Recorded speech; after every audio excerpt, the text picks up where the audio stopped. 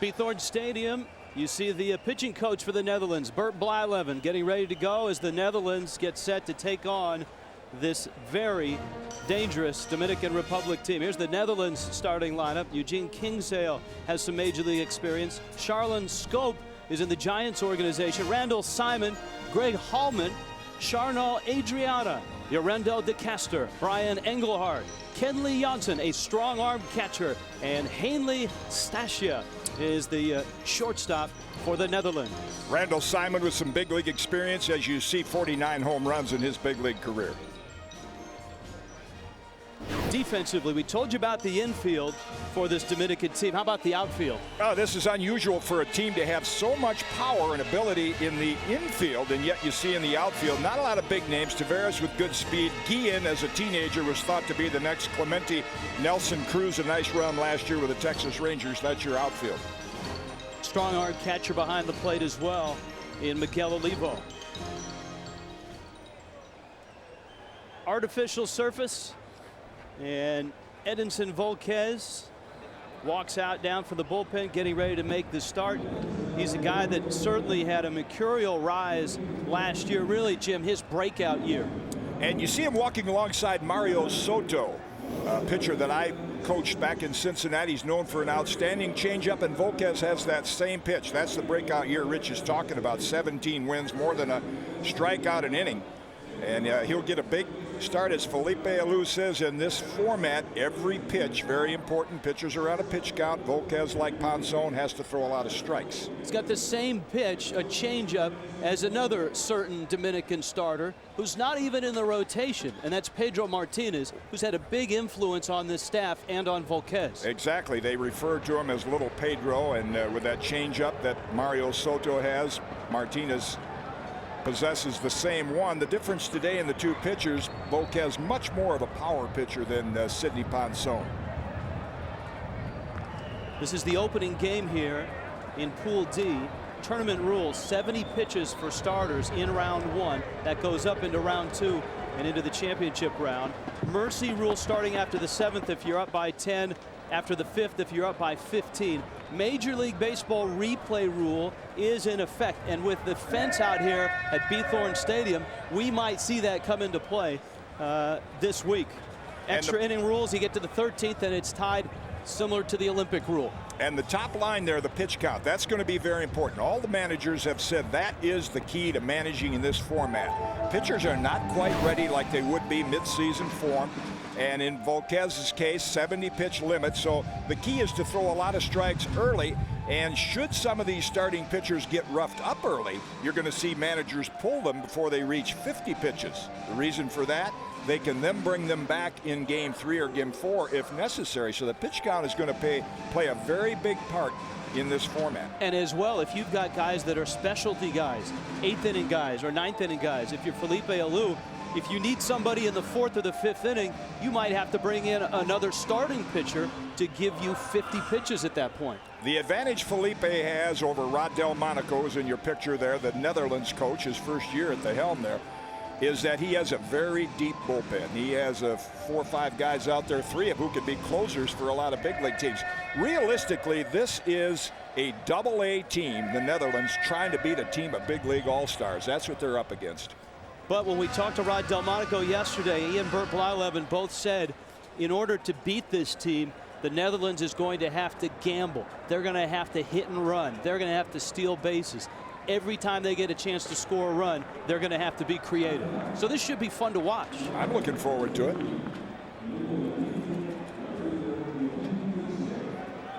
Eugene Kingsale will stand in for the Netherlands.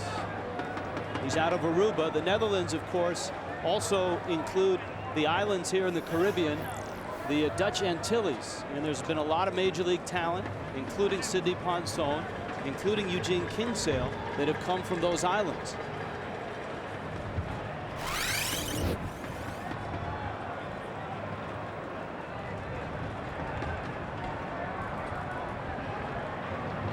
And Volquez delivers a letter-high strike. And it's 0-1. Big league time with the Orioles, the Mariners, the Padres, and the Tigers. Kingsale now plays in the professional league over in the Netherlands.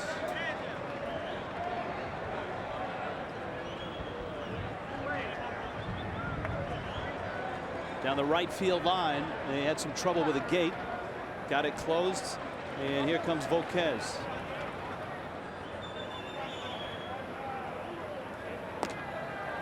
There's that sinking fastball that was so effective for the Cincinnati Reds. Mentioned the Netherlands being referred to as a double-A team. So viewers might say, what is a double-A team? How does that fit in terms of ranking the strength of a ball club?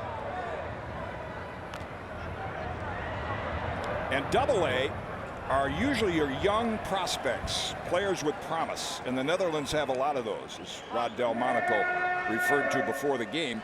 Whereas the Dominican team is a team of already all-stars. And so that's why you mentioned they are going to have to gamble. They're going to have to try to steal bases, maximize their base runners when they get them. Volquez out in front, 1-2. And Kingsale fouls it back. Major League Baseball has a minor league system that has levels from single-A to double-A to triple-A. Triple-A being the closest to the big leagues. And you see in spring training games where teams have double-A, single-A, triple-A players on rosters facing teams like this. Kingsale lays off. Yeah, AAA has a lot of players that have been in the big leagues and oftentimes are on the way down. AA has promising young players, and as we tell you about this Netherlands lineup, they're loaded with young players with a lot of potential. 2-2. One of the reasons Rod Delmonico chose Kingsale to lead off is he's one of his most experienced guys. He's been to the big leagues with 4 different teams. His last big league game was 2003, but he didn't want to send one of the kids up to lead off to start this game off. He wanted a little experience in that leadoff spot.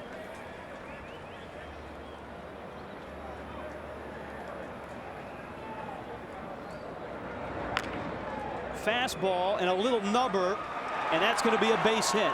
And Kingsale is aboard. It was a late break by Miguel Tejada at third base, as he still tries to get comfortable playing in that position.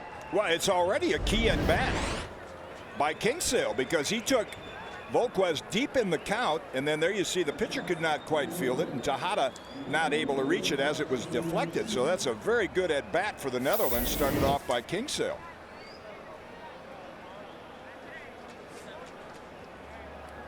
And so standing in is Charlon Scope. He's one of the young prospects you talked about. He'll probably be at Double-A with the San Francisco Giants this year. He was their single-A shortstop last year. He's at second base for the Netherlands today. And he drops down a bunt. A good one. Olivo stumbles and throws wildly to first. And the Netherlands is set up with runners at first and second.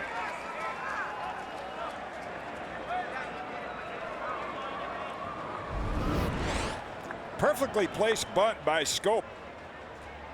And Oliva fields it, but his footwork, his feet get stuck on this field turf, they call. He never gets his footing properly set underneath him, and as a result, the throw is way off target, and a good start for the Netherlands. Exactly the kind of game they want to play, with some speed, bunting, and then with their one big power threat, Randall Simon, coming up. That's the challenge for some of these teams, is when you have the one big power bat. Panama has El Caballo, Carlos Lee. Randall Simon is the power bat for the Netherlands. And Rod Delmonico has him at the plate with runners at first and second.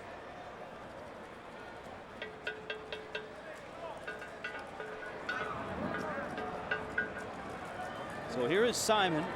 He is out of Curacao, and he is 33, parts of 10 seasons in the big leagues. And Simon hits it in the air to right field. Guillen, who has a good arm, and Kingsale will hold at second base. Ball skips away. Tejada has to run it down. And Simon is retired on one pitch.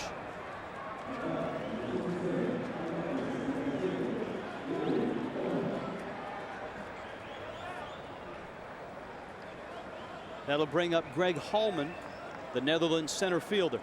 Yeah, that's the one hitter in the Netherlands lineup that Delmonico will say, go ahead and take a big swing. Simon did, just missed it. Not a quality at bat, didn't advance the runners. And you see Greg Hallman at just 21 years of age. When you start talking about 4- and 5-tool players, guys that can run, have a good arm, have power, Hallman fits that category. He had a breakout year last year at AA in the Seattle Mariners organization. He was named their minor league player of the year.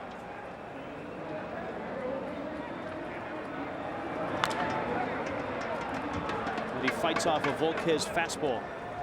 Crowd still arriving here at Bithorn. It certainly will be festive tonight when the host team Puerto Rico takes on Panama. It was quite a scene in 2006 in the first World Baseball Classic.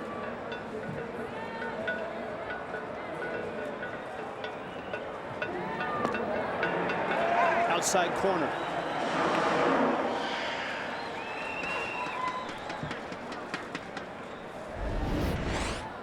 See the target set up outside, and it'll be interesting early in the game just to see how liberal Larry Vanover's strike zone is. Sidney Ponson definitely needs the borderline pitches, and Volquez got one there.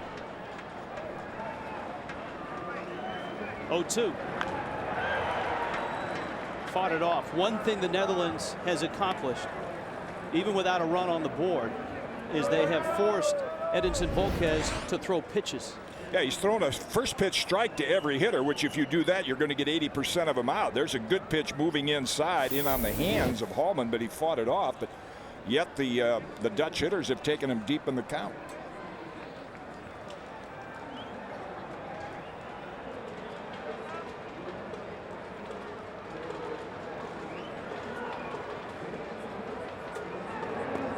Got him with a breaking ball. Olivo knocks it down, and Edinson Volquez has a couple of outs. Well, the advantage of throwing first pitch strikes and getting ahead of the hitter, then you expand the strike zone and you get young hitters like the Netherlands have a lot of, and they'll begin to chase pitches that are out of the strike zone, as Hallman did right there. So it's another native of Curacao, Yorendel de Castro,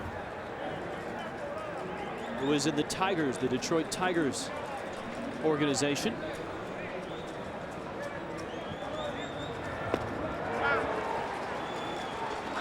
Another first pitch strike. One out away from getting shut out in this first inning, and as Rod Delmonico said, in order to win, they have to maximize the base runners they get. They're not apt to get a lot of 3-run homers. They got 2 on early here, haven't been able to do anything with it.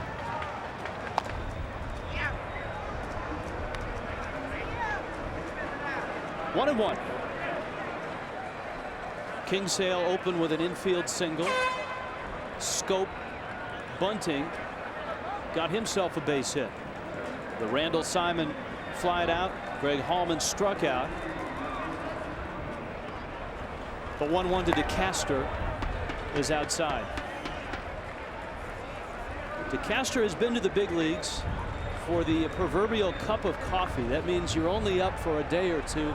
He has 3 major league at bats with the Pittsburgh Pirates.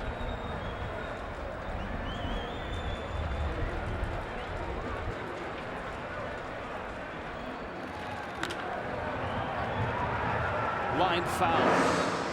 That's baseball lingo for just getting to the show, which is the major leagues, and then turning right back around and heading back down to the minor leagues. Yeah, getting there is one thing. It's a dream of every young kid, but then staying there is again another story. It's a game of adjustments for hitters and pitchers.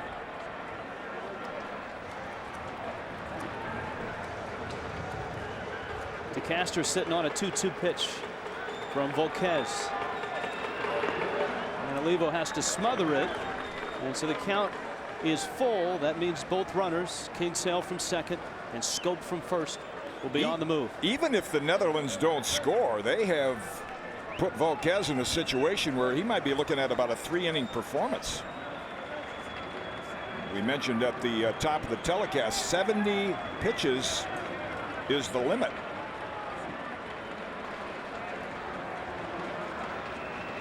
Runners on the move. 3-2 pitch. High fastball, and that loads the bases.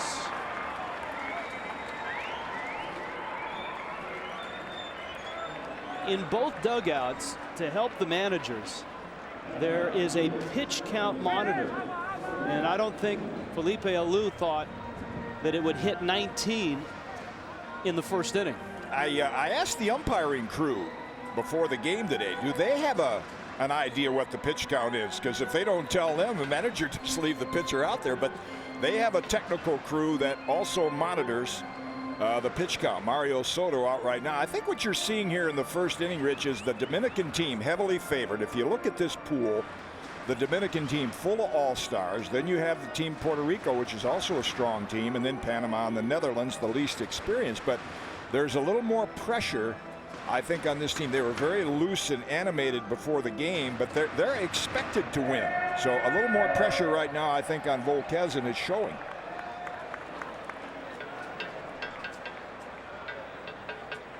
So Volquez now, there's the pitch limits. He can only go to 70 as a starter. It goes up as the World Baseball Classic moves into the second round and into the semifinals. First pitch, foul ball. Jim Cott almost pressed into service on that one. Mario Soto, the pitching coach, with the pitch counter in his hand. And Soto works for the Cincinnati Reds, so he has a lot of contact with Volquez. Adriana, an older player, 38. He's out of Curacao. And he pulls a ground ball foul. Curacao and the Dutch Antilles Islands producing the greatest position player in the Netherlands history, and that's Andrew Jones. A fine center fielder who's fighting for a big league job right now. The best pitching prospect, best pitcher out of the Netherlands is the pitching coach for this team. That's Bert Blyland. Ball gets away, rolls from Olivo. Kingsale will score, and the Netherlands is on the board first. How about that? Well, they maximized their leadoff runner getting on another mistake by Volquez. Certainly an inning you would not expect out of him so far. And the pitch count goes up, and the Dutch team gets on the board.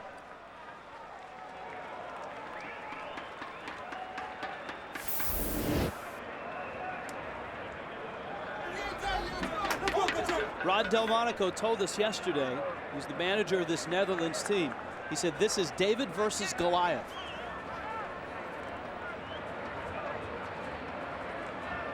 And David has the first run. Another foul ball. Adriana fighting that one off. He spent last year in the Mexican League.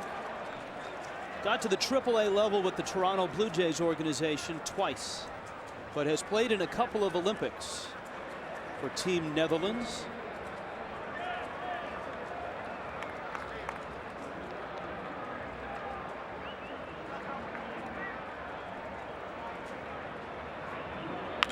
Fastball, ground ball up the middle, diving stop. Hanley Ramirez fires it wide to first. Scope will score. Here comes DeCaster. He will score. And the Netherlands have 3 runs in the first inning. Wow, what a shocker here in the first inning for Team Dominican. Threw it away, lost his belt. A good at-bat by Adriana. Behind in the count, 0-2, fought off a lot of pitches. Ramirez with good range, but can't quite get his footwork right and throws the ball off target. Even though we looked at the talent comparison, you still have to play the game. And right now, the Dominican team not making the pitches, not making the plays, and the Netherlands taking advantage of it. It'll be an error on Hanley Ramirez, who got the start in this ball game over Jose Reyes. Felipe Alou telling us that he was going to rotate his shortstops, and the original plan was to DH whichever shortstop wasn't in the lineup. There's Brian Engelhart now. Engelhart out of Curacao. He was on the 2008 Olympic team.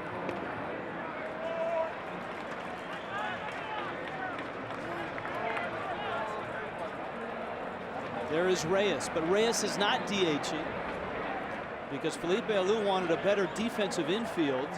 So no Big Papi at first. Willie Ibar is at first, and David Ortiz is the DH. And way out in front is Engelhardt.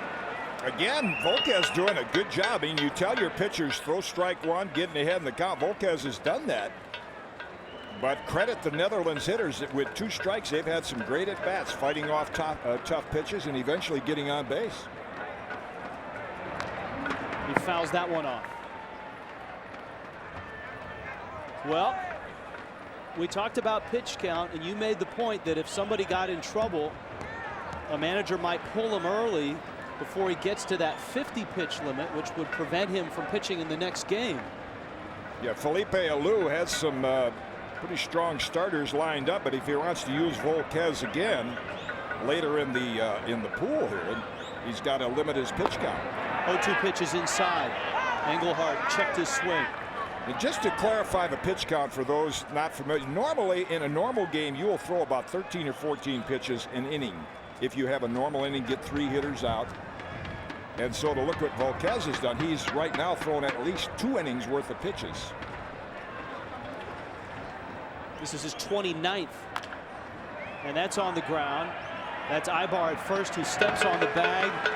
What a surprise. The Dominican Republic, one of the favorites in this World Baseball Classic, and the Netherlands puts a 3 spot up in the first. Back in San Juan, Puerto Rico, a real surprise. The Netherlands on top. Here's the Dominican lineup, packed with stars. Willie Tavares leads it off. Robinson Cano, followed by Hanley Ramirez, Big Papi, the DH, Miguel Tejada, Jose Guillen, Willie Ibar, Nelson Cruz, and the catcher Miguel Olivo. Big Papi, David Ortiz, the #1 home run threat in that lineup, particularly with the wind blowing out toward right field. 23 home runs last year. And Sir Sidney Ponson is on the mound with a 3-0 lead in his back pocket.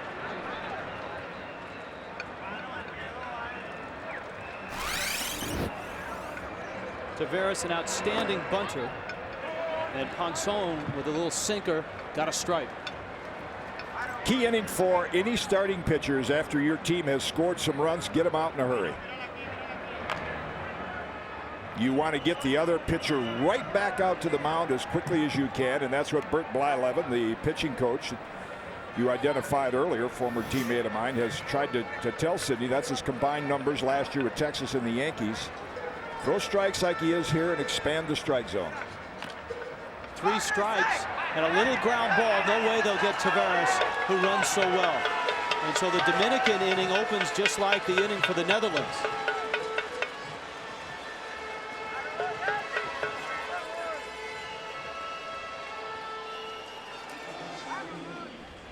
Rod Delmonico told us the Netherlands very good defensively, and with Tavares at first, this will be an early test for Kenley Jansen. Well, Kenley Jansen you see highlighted, and Rod Delmonico, Bert Blyleven, the whole staff talked about they have never seen a young catcher throw as well as Jansen.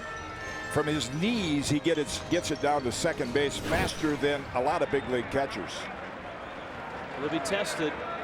Tavares, line shot, foul. Robinson Cano just missing extra bases.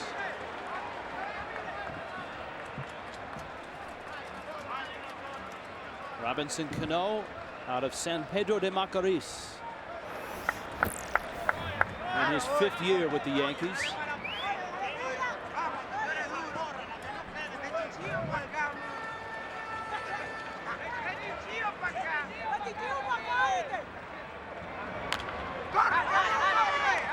A strange bounce, and Ponson fires the first. It almost looked like it hit the foot of Robinson Cano. Fouled at the plate. Talking about Kenley Jansen and his throwing ability, in that he gets the ball to second base faster than most big league catchers, even from his knees. If catchers can get the ball to second base from the time it hits their mitt in 2 seconds or less with a normal throwing motion, that's good. There's the shot again of the ball fouled off the toe of Robinson Cano. Jansen has been clocked from his knees at getting the ball to second base in 1.9. Hanley Ramirez now, whose 2-run error helped the Netherlands to a 3-run first inning. So it's not called the foul ball. Wow. Cano is out, and Tavares is in scoring position.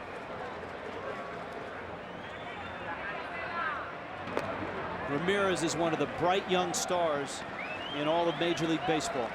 So again, back to that out. Instead of hitting Cano on the foot, Larry Vanover must have seen where it actually just hit in fair territory and spun out toward the mound, and the Netherlands get their first out.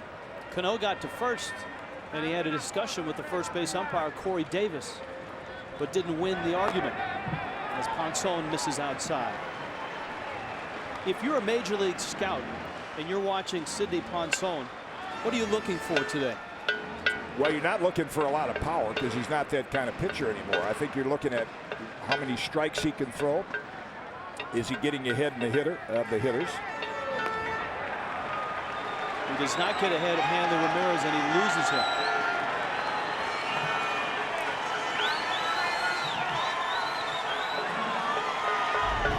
There's another look at the at-bat that we thought was a foul ball. But it hits, it kicks up chalk, which was the front part of the batter's box out in fair territory. And Larry Vanover, getting some help from the first base umpire, ruled it was a ball put in play, and Cano retired. This is what the Netherlands wanted to avoid, having men on base with Big Papi coming up. David Ortiz out of Santo Domingo in the Dominican Republic. An injury-shortened year last year with the Red Sox. Ponson gets a strike.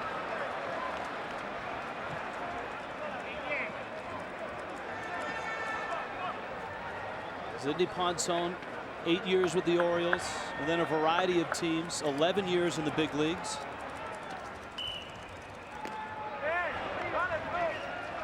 Just missed. It's 1-1. I think what you referred to earlier, what our scouts looking for. Here's the danger when you have been a power pitcher, that all of a sudden in these jams you think you can apply the power a little bit. Sidney can't do that anymore, so he's probably got to try to get him out with a changeup, something off speed.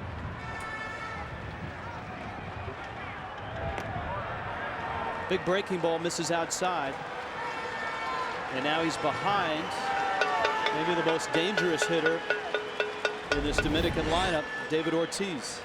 Curveball tries to catch the outside corner, and you see it kind of spins the opposite way, well out of the strike zone.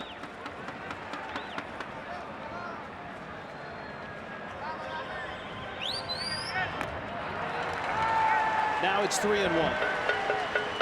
And the thing when you do this against this Dominican lineup, it's tough for the Netherlands to come back being behind 3 because they don't have a lot of power hitters. But it's much easier for the Dominican lineup because if you lose Big Papi, look who's coming up next, Miguel Tejada.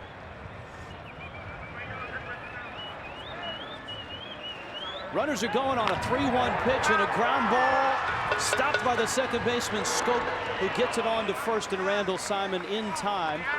The Netherlands had their defense shifted over for Big Papi, and Scope was able to run it down, and so Ponson has 2 outs. Felipe Alou starting the runners to try to stay out of the double play and keep the inning alive, and the runners do advance. Ortiz retired, and that does get Tejada to the plate and represents the tying run. Tejada committed to the Dominican team, then decommitted, and then a phone call from Felipe Alou brought him back into the fold. There was a lot of confusion as to who would play where with all the shortstops, with Alex Rodriguez on the team. Tejada did not want to play first base, which some had suggested he might end up there with Rodriguez over at third. Alou called him and said, you will not play first base. You will DH some. You'll play some short. And now he's at third with the absence of A-Rod.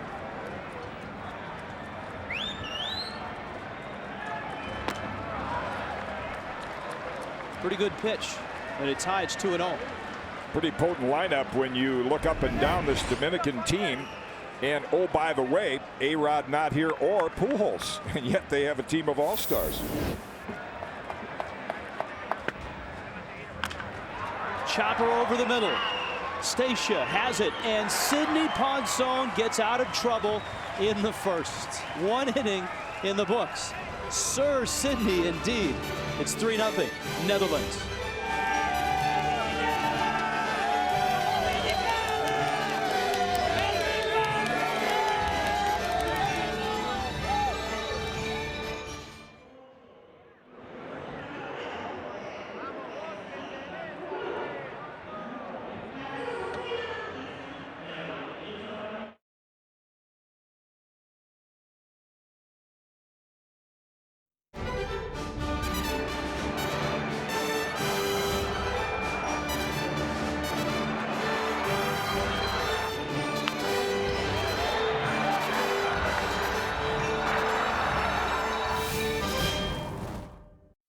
The Netherlands on top of the Dominican 3-0. 2 big errors open the door in the first inning. All right, Delmonico says we have to maximize our base runners. Well, the Dominican team helped him out. A wild throw to first, a wild pitch, and then a ground ball. Handy Ramirez could not get the ball out of his glove in time, rushed the throw, and as a result of those miscues, the Netherlands puts 3 runs on the board.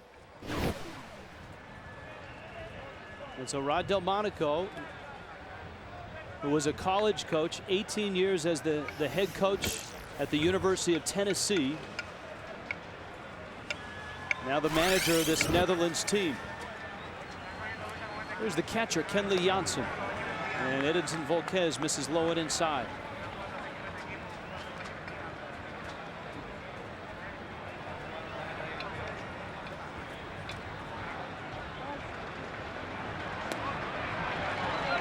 Jansen takes down low. Talking with Felipe Alou, as you see, the manager of the Dominican team, and the approach to this particular baseball classic, the World Baseball Classic, much different in the regular season. And Volquez now behind 3-0. He's looking like he might not make it through 2 innings. But what Felipe was explaining to us is the regular season is a marathon. 162 games, you lose a couple, okay, you can recover. Every pitch, every at-bat, and maybe Volquez is trying to put too much pressure on himself and make every pitch perfect. But it is so important, because if the Netherlands would shock the Dominican and beat them, they lose tomorrow, they go home. Yeah, and it upsets the whole pitching rotation and the whole sequence that he's got all mapped out. Jansen takes a fastball for a strike. 32 pitches for Edinson Volquez already. Jansen, Stacia, and then top of the order, Eugene Kingsale for the Netherlands. And Volquez is obviously out of sync right now.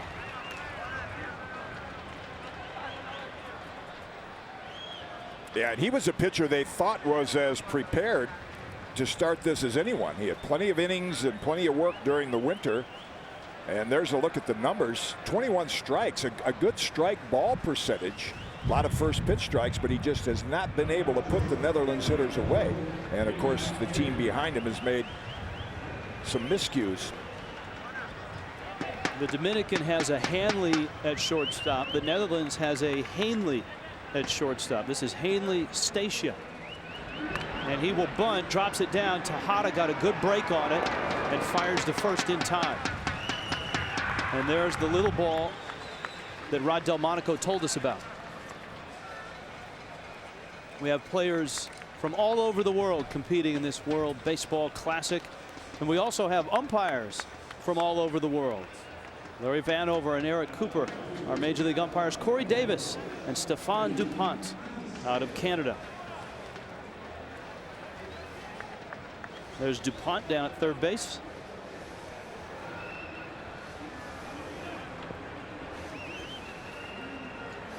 Here's Kingsale's second look at Volquez. At an infield single that started the 3-run first.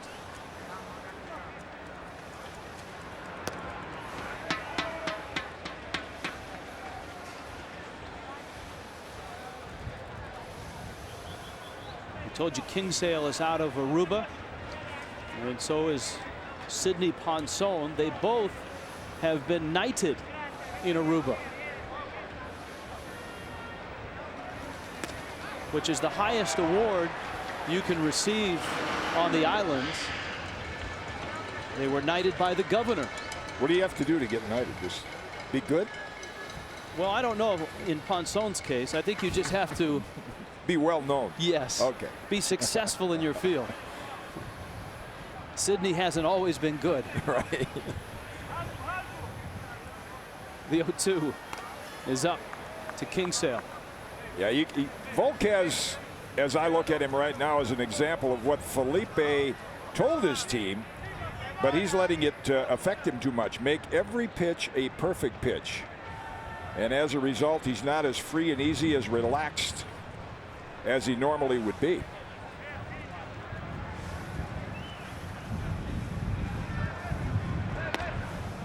It's a scenario that you talked about, and I think it was probably more pointed towards Ponson in the Netherlands, that if a starting pitcher got in trouble and he got close to that 50 pitch count, a manager might come out and get him.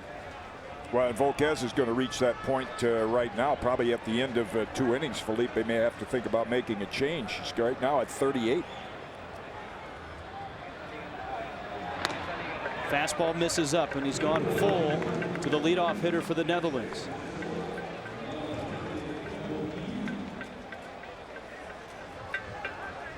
And the Dominican bullpen, nobody throwing, but a couple guys starting to loosen up and stretch just in case. This 25-year-old out of Santo Domingo can't get it together. Broken bat up the middle. Hanley Ramirez to first. Kingsale is out. Janssen is at third. And Charlon Scope, the young infielder, coming up for the Netherlands.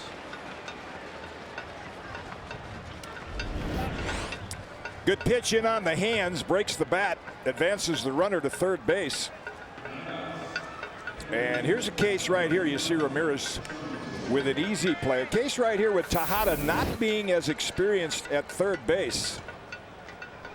And Scope with that speed. Excellent time with 2 out. Drop down a bunt, get another run home. He had a gorgeous bunt in the first inning for a base hit.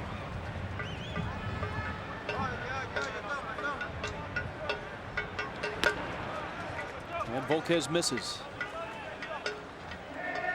Volquez part of one of the more intriguing trades in the past few years in Major League Baseball. As you see the Dominican bullpen bouncing into action. Josh Hamilton, of course, who had the great year in Texas. Volquez going from the Texas organization to Cincinnati. Hamilton going from the Reds to the Rangers. Good fastball in a good spot, up and in, ties up Scope.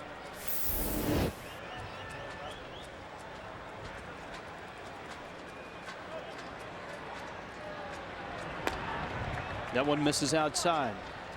With all the variations in the pitch count, you wonder if even the managers and coaches, Rod Delmonico pointed it out to me, the 50 pitch limit, that Felipe is aware that Volquez is getting close to that number 50. Or if he does want to bring him back in game 4, figuring with Dominican's strong team they would make it to game 4. Otherwise they'd have to give him another day's rest. 2-1 to Scope. Janssen's at third. And he came in on the youngster, and Scope is just a youngster. He's only 21. One of the San Francisco Giants prospects. He's an outstanding defensive shortstop.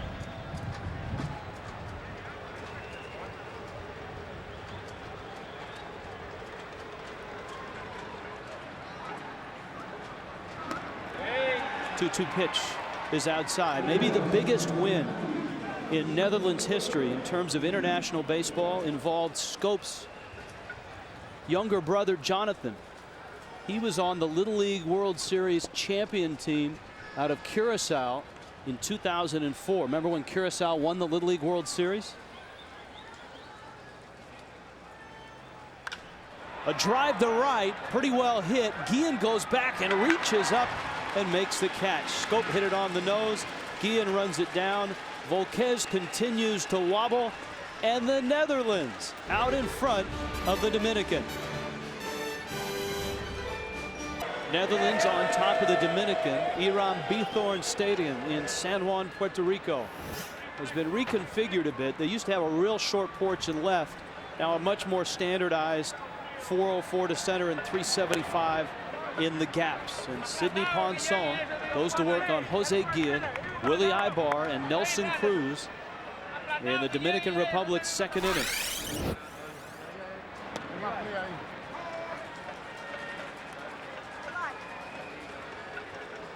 Guillen has been plagued by a little bit of a sore shoulder in spring training. Productive year for the Kansas City Royals, and he shoots one. Randall Simon with a diving stop, and he flips to Ponson. Randall Simon has always had a good glove.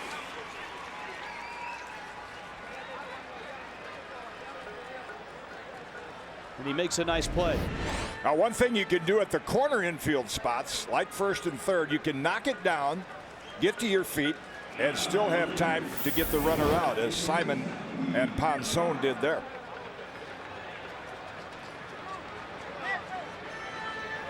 Here now is Willie Ibar to face Ponson.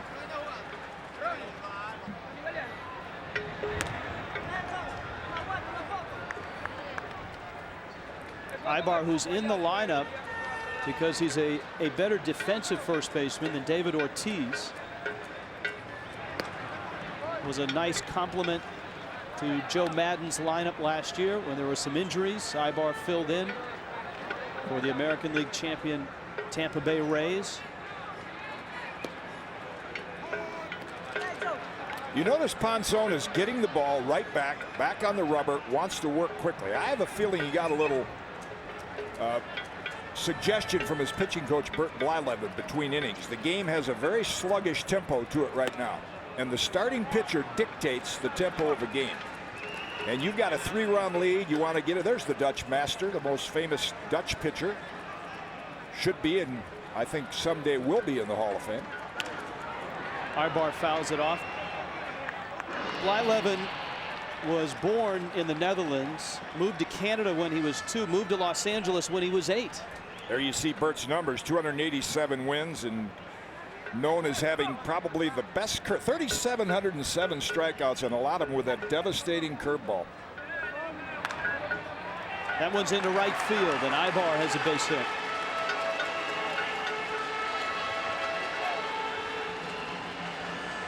Blyleven was very blunt in talking about Sidney Ponson, because he talked about Sidney's stuff, but he also talked about his off-field issues.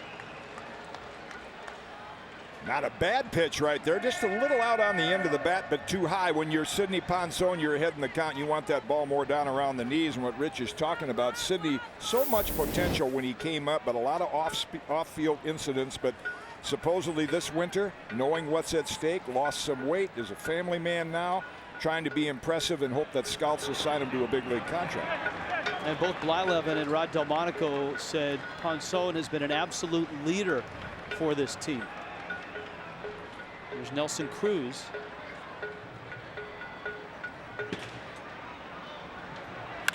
Cruz smacks one into left field. So a couple of one-out hits here in the second. And the number 9 hitter for the Dominican, catcher Miguel Olivo, comes up.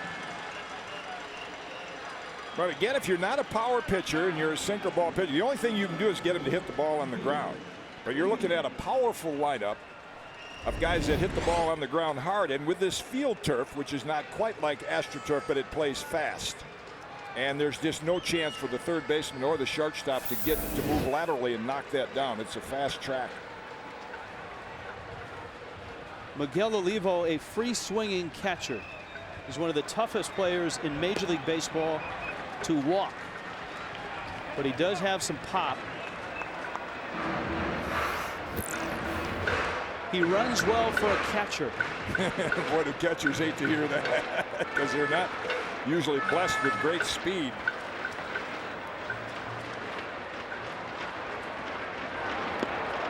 Good breaking ball. Going back in big league history, I think John Wathen, the Duke, former catcher with the Kansas City Royals, still has the stolen base record up in the 30s. The catchers, with all those pitches of squatting and down on their knees, if they do have a little speed earlier in their career, they usually lose it.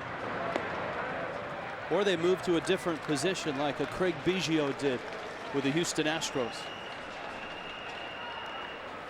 Olivo up with Ibar and Cruz aboard, both with ground ball singles against Sidney Ponson. And he gets a strike on Olivo, evens the count at 2-2.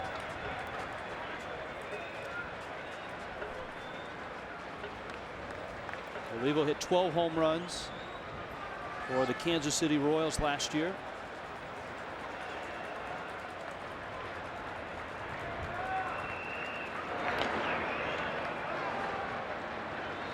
Distant cousin to another catching legend is Olivo, Tony Pena. Talk about guys that could get rid of the ball from their knees. He could catch a whole game from his knees.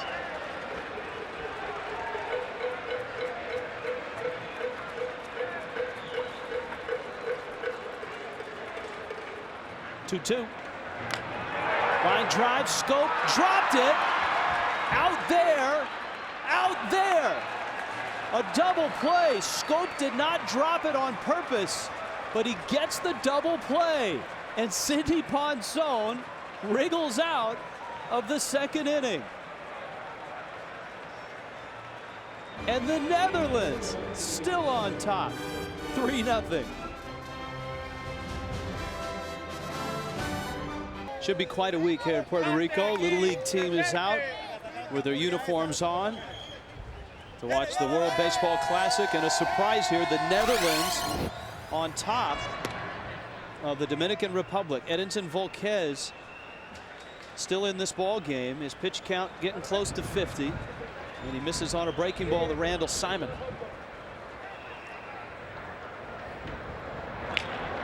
Chopper to short. Hanley Ramirez, 1 out.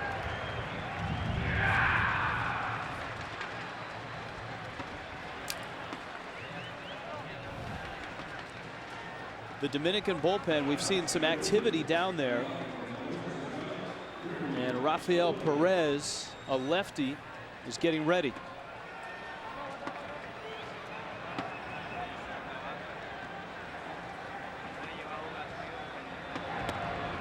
Greg Hallman with a swing and a miss. The Netherlands center fielder. Volquez much more free and easy in this inning already than he was in the previous two.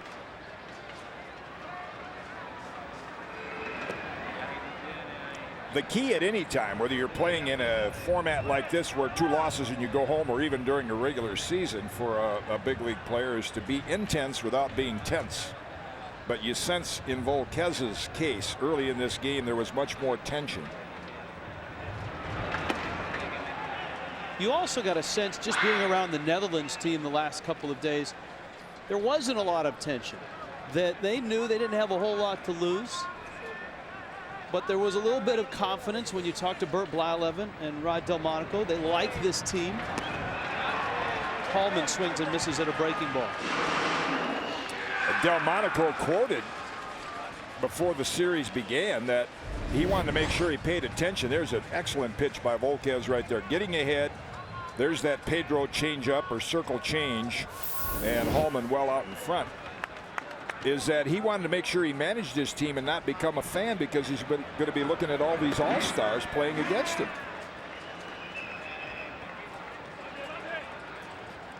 Yorendel de Caster. Many of these Netherlands players have international experience on a big stage in the Olympics. The Dutch have qualified for the last 4 Olympics. But the Olympic stage does not include a lot of the big name major league players. Well, I think they've been one of the best, if not the best team in Europe. And what people are going to see here with this World Baseball Classic is how much talent there is worldwide. We always called baseball the American pastime, but now we're seeing it so much of a global sport with Asian stars and the influx in the last couple decades of Latino stars. Volquez gets the strikeout and works a 1-2-3 third inning. Down goes DeCaster. The Netherlands on top of the Dominican in San Juan, Puerto Rico.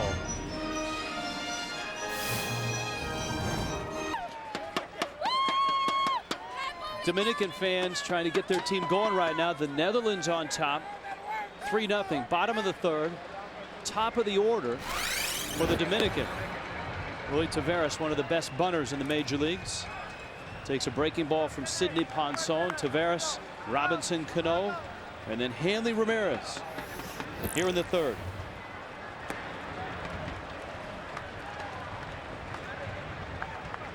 Ponson has worked with base runners in both innings. Taveras was one of those runners. He had an infield single in the first. 3-0.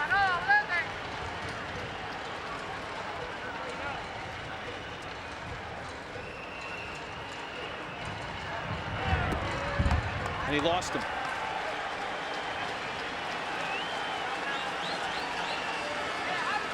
Second walk.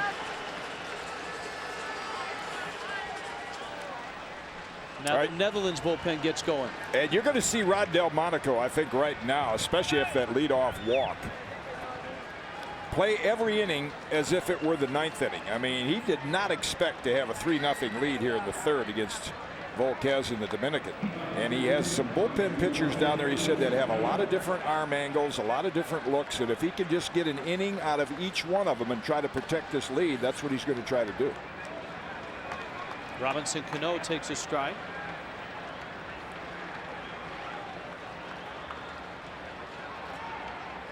Cano bounced back to the mound his first time up. Remember, you've got speed at first in Taveras, but a rifle arm behind the plate with Kenley Jansen. He's running, and it's grounded down the third base line. And that's too bad, because both Jim and I want to see this Jansen kid throw. We've heard so much about him.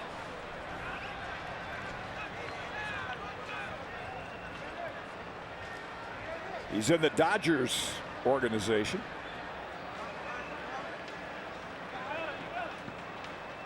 You see that subtle little move right there. What he's saying is, on the bench, let me know if he's going. Catcher can't look everywhere, so he wants to know if the base runner's on the move. Especially with a left-handed hitter up there in Cano. Ponson runs it outside, and it's 1-2.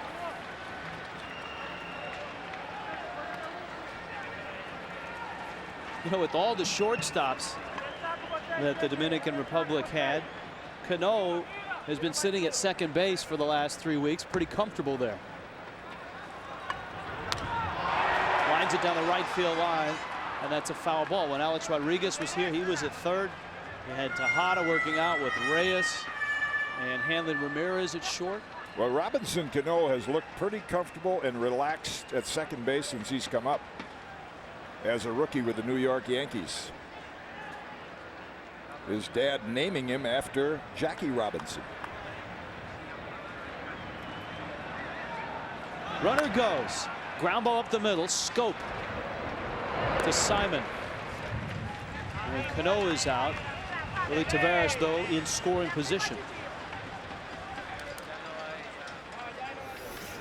For the latest World Baseball Classic news, scores, stats, visit the official online shop for the World Baseball Classic, worldbaseballclassic.com.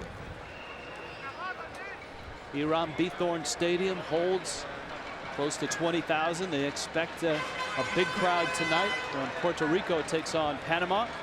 We'll have that game for you as well. Here's a look at the flags blowing out toward right field. Any ball hit from center field toward the right field line has got a chance to carry out that way. Hanley Ramirez can hit the ball out to any field, and he takes a breaking ball outside. Originally a member of the Boston Red Sox organization, he was traded as a minor leaguer to the Marlins in a trade which helped the Boston Red Sox win another world championship, bringing Josh Beckett and Mike Lowell. Lowell was kind of a throw-in because he had a large contract. The Red Sox said, we'll take it on. The Marlins were happy to get this young shortstop.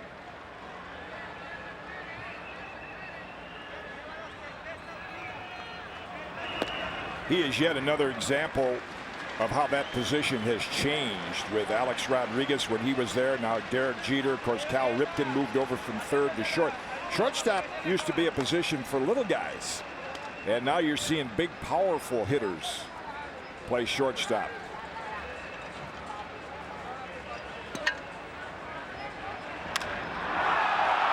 High drive, left field, Engelhart to the track, and he makes the catch.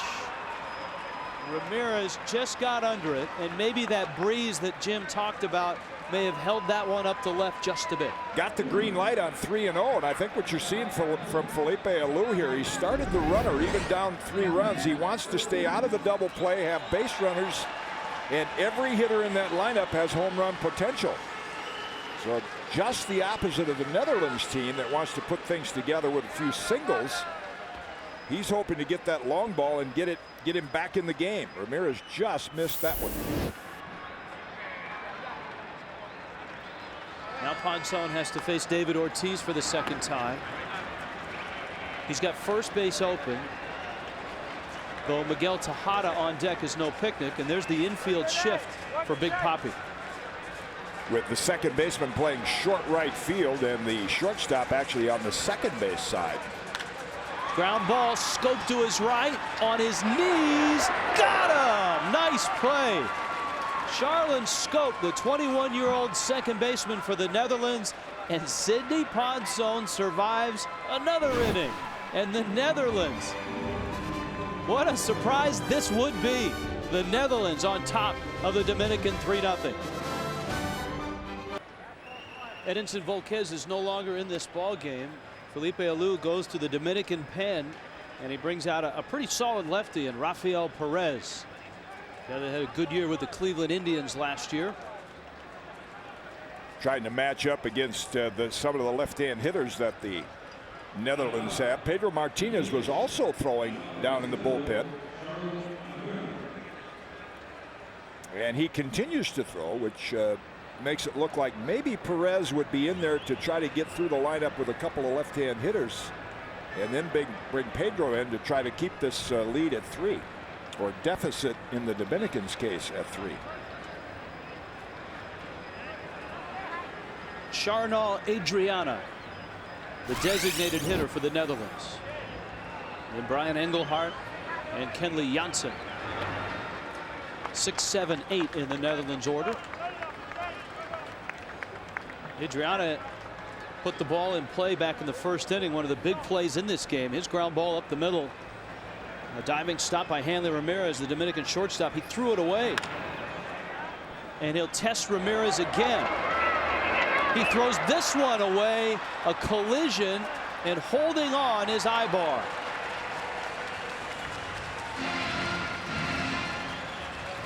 Well, there's a base running mistake. I think just misreading the throw. If Adriana stays to the fair side again, Ramirez a little difficult time with his footwork and getting the ball out of the glove. Actually, the base runner went out of the line and plowed into the first baseman Abar. If he just stays clear to the left, Adriana, he's going to get to first base, and it would have been another error on Ramirez.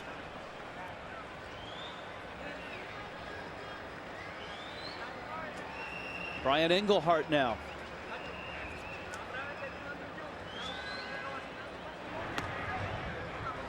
There's a breaking ball for a strike.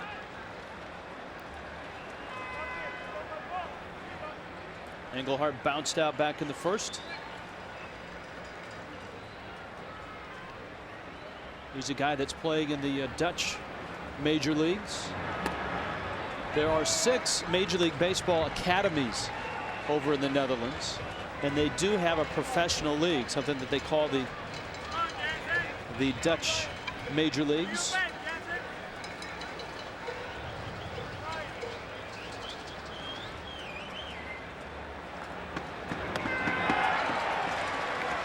Quick work of Engelhart.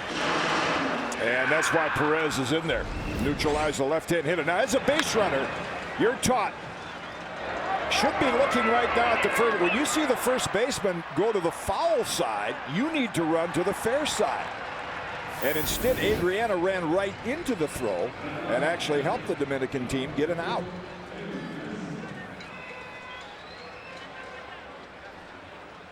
Here is Janssen, who is a switch hitter. And so he'll flip around and hit right-handed against the lefty Perez. Right-handed being his weaker side.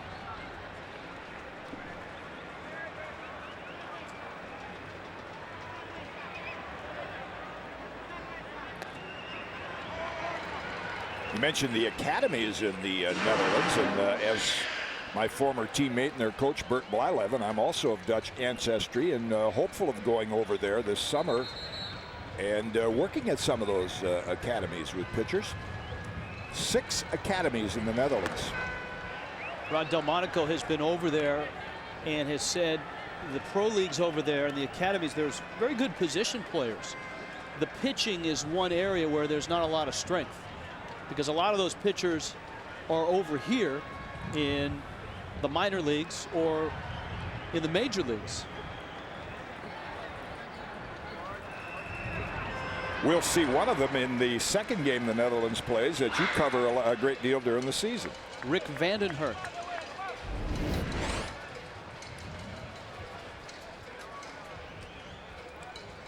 Another example of an inexperienced hitter, and Janssen not as good a hitter from the right side, chasing a pitch out of the strike zone. It's always fun to talk with the Netherlands players about their names and the pronunciations. 1-2 pitch. Janssen swings and misses. Rafael Perez comes out of the bullpen and goes 1-2-3 through the Netherlands.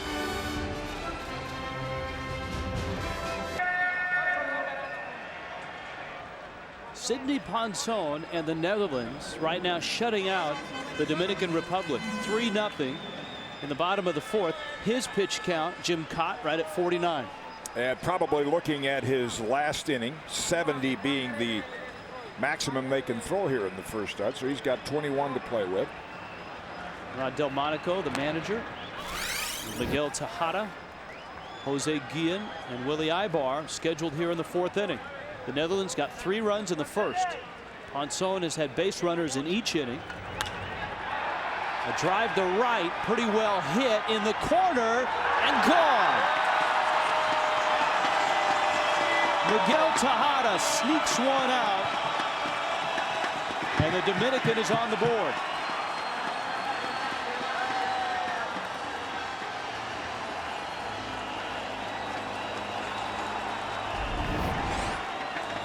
Takes a pitch down and away, and with the favoring breeze out toward right field, gets the fat of the bat on it, and you can see it just continue to carry just over the right field fence near the 325 mark.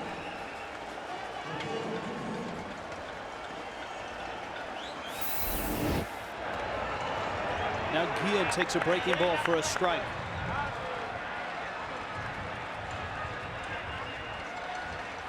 Guillen hit a smash that was stopped by Randall Simon. High chopper, and it's foul. Yeah, Rod Delmonico is not going to wait long to make a move right now. He's got 2 pitchers, a lefty and a righty, both getting ready in the bullpen for the Netherlands. Korteman's the right-hander, the right-handed veteran.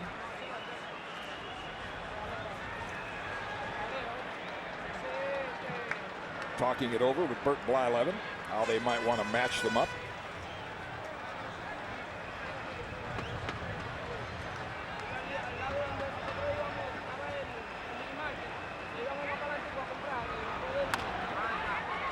Another ball on the ground. Scope on to first. Well, Sidney Ponson has done exactly what his manager wanted, and he's had great defense behind him.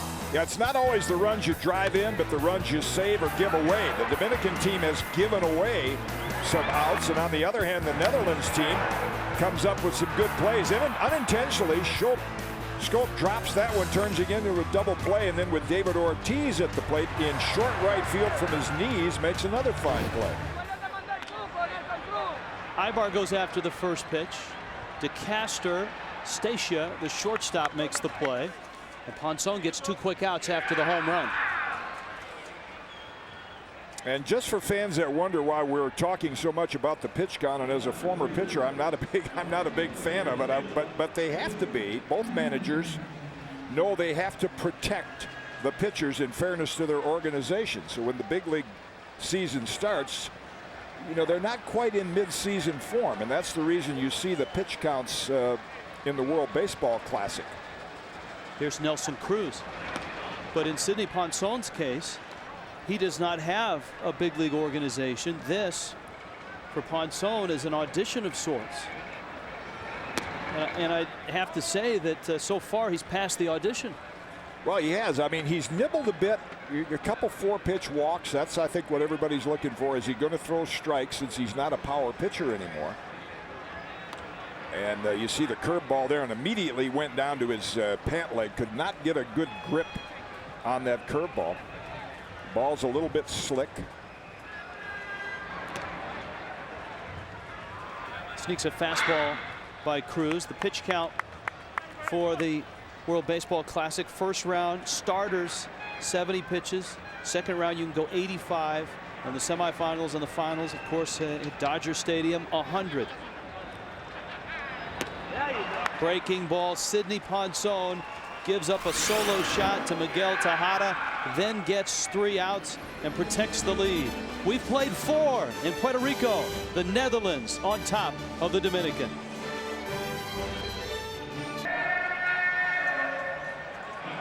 One of the legends of Dominican baseball is on the mound right now.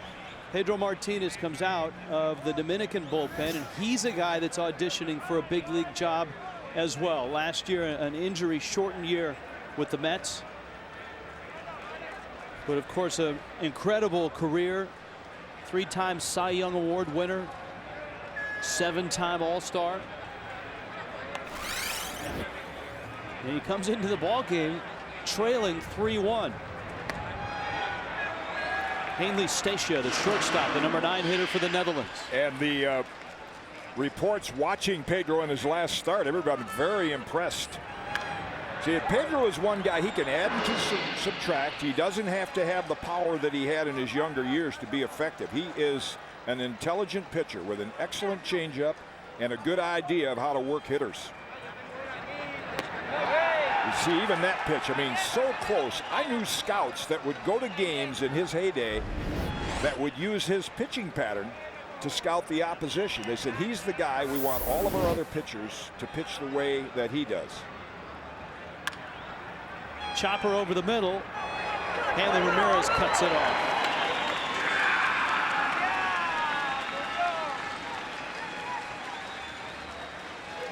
And so Stacia is out. Coming up next, Team Canada and the United States from Toronto. Coverage begins at 2 Eastern. Check your local listings for the game and time in your region. The World Baseball Classic. Baseball spoken here. That game not so much a David versus Goliath matchup because the Canadians very talented, but a lot of major leaguers, a lot of good major leaguers on that roster. Here today in San Juan, Puerto Rico, this is a David versus Goliath matchup. The Netherlands against one of the favorites in the World Baseball Classic, the Dominican Republic. Eugene Kingsale, the leadoff hitter.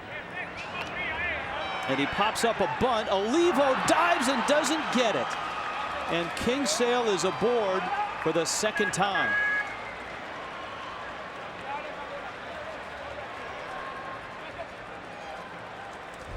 Little late reaction by Pedro. Actually, Pedro had the best shot at this ball. You see it almost hit near his feet. If he keeps going, he really has an easier play. Pitcher always with an easier play going toward the ball than the catcher trying to chase it down. But Oliva so quick out from behind the plate, I think Pedro wanted to just give way and not not have a collision with him. A little indecision there. Pedro Martinez wants to play. Has been working out on his own. And the World Baseball Classic comes at a great time for guys like Pedro Martinez. Guys like Sidney Ponson, who are free agents and would like to show the major league scouts and major league organizations that they can still pitch.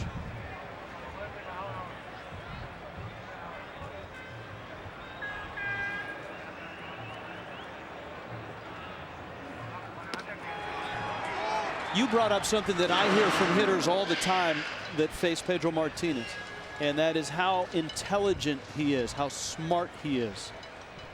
Well, simple pitching is high and tight, low and away. Get your breaking pitches over when you're behind in the count. And Pedro does that as well as anyone. He can throw that change up and breaking ball in hitters' counts. A hard smash at Tejada. Got one there. Cano's turn is in time. And the Dominicans turn a double play. Tejada to Cano to Ibar. And Pedro Martinez works an uneventful fifth inning. Halfway through this one, big upset brewing in San Juan. Netherlands up 3-1. Sidney Ponson and the Netherlands on top of the Dominican Republic. It's the bottom of the fifth, and Ponson has thrown 60 pitches. So in all likelihood, he cannot get through this inning. There's the pitch counter in the dugout. The Netherlands has a right-hander and a left-hander ready to go. And the first pitch to Miguel Olivo is popped foul. Interesting, the psychology of how pitchers know that. I mean, all of a sudden you're going to see, hey, I got 10 pitches left. I'm going to make good use of them. Now, I wish they'd do that to start the game. To clarify, if he gets to 70 pitches, he can finish that at bat. So you don't get yanked right at 70, but if you're in the middle of an at bat, you're able to finish that at bat, and then you would have to go to the bullpen. And you saw with his hands on his hips the veteran Rob Cordemans, one of the seasoned veterans for the Netherlands, ready to come in. And the lefty specialist would be Alexander Smith. There again is Bert Blyleven and Rod Delmonico talking about the matchups.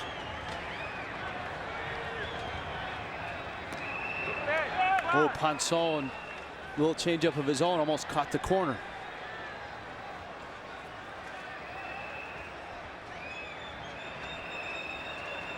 Olivo bounced into a double play.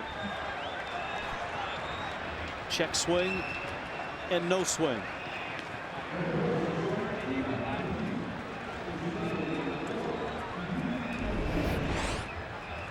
There's what the first base umpire is looking for. Was there an intent to swing? And he held up in time.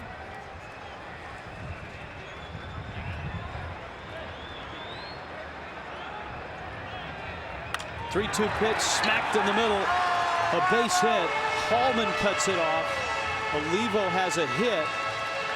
And now things get interesting, not only with the pitch count, but the top of the order coming up.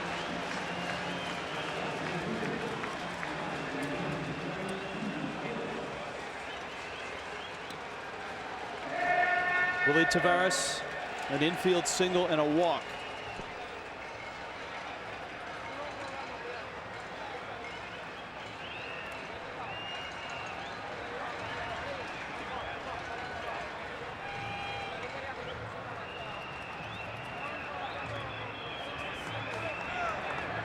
'67th pitch for Ponson. So he's coming up on that 70 mark.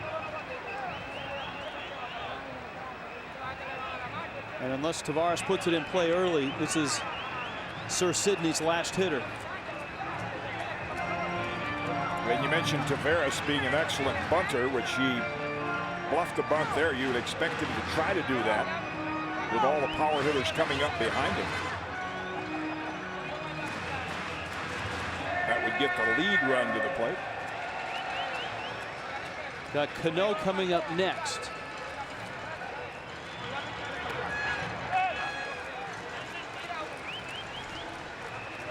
Two and 0.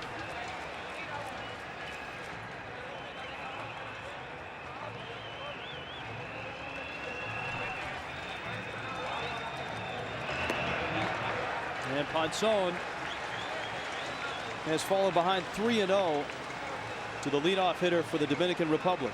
And you mentioned 69 pitches he could finish this hitter, but you mentioned what the scouts might look at. I think the downside today for Sidney is nibble too much, too many deep counts. And Ponson loses Tavares, and the Netherlands will lose Ponson right at 70 pitches.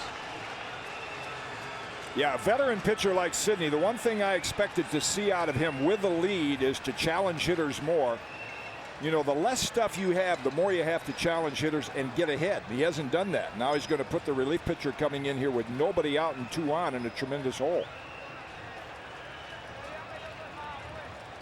And so Ponson has really been a leader with this team. They're going to go to the bullpen and bring in the lefty. Alexander Smith, probably a 1 appearance guy, just to come in and try to get out Cano. Bert Blyleven told us yesterday that he has a bullpen, a mishmash of lefties and righties, but the good thing about the Netherlands pen, he said, is that we have guys that throw from all over the place. We got some side armors, submariners, 3/4 guys, all different angles. There's Ponson's numbers. Yeah, you see the 3 walks in 1 strikeout. The 3 walk, particularly when he did walk him, not a good sign. Not good pitching in those situations for a guy of Sidney's caliber. He knows in there he's got to throw strikes and not put the relief pitcher in this kind of a hole. And I think that's probably what scouts will look at. When you're not a power pitcher, you don't want to walk more guys and you strike out. You know, it's tough for pitchers at this stage in spring training. They're really not in game shape. So when you're a guy like Ponson and you're auditioning, how do you measure his performance today? Because this is not what he's going to look like in 3 weeks to a month. I don't think he showed scouts enough today. I mean, you can't judge a pitcher. You really have to give somebody 4 or 5 outings to make an accurate observation of are they a big league pitcher or not. But he certainly did not show enough sharpness today. And knowing what he was faced with certainly put enough preparation into being ready to pitch today. Given his own devices, he would like to stay out there for 100 pitches. Well, he leaves with a 3-1 lead. And in the big picture of things, that's pretty impressive. The strength of this Netherlands team is their defense, and the defense certainly helped Ponson out. Here's a look at Alexander Smith. With Sarasota last year, a starting pitcher, and again, a pretty good strikeout ratio on 111 innings, 56 walks. And of course, in this situation, he's just in there to try to get out the left-hand hitter, Robinson Cano.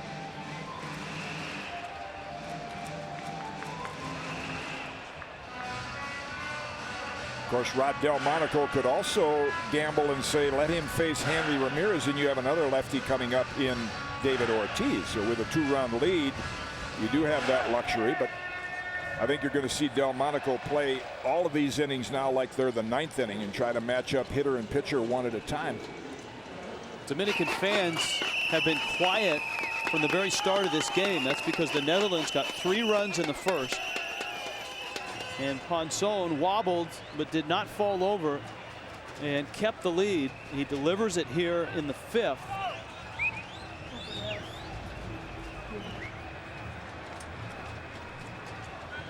Cano has bounced out twice.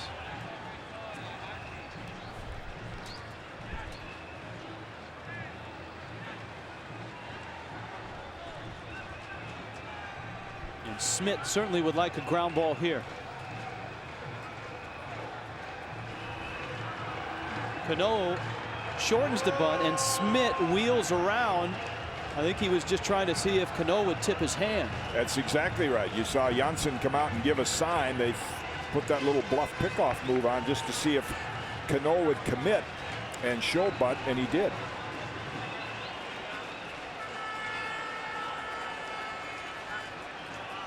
Got big bats behind him. Hanley Ramirez, David Ortiz, Miguel Tejada. Cano bunts, third base side. It's a good one. Everybody's safe.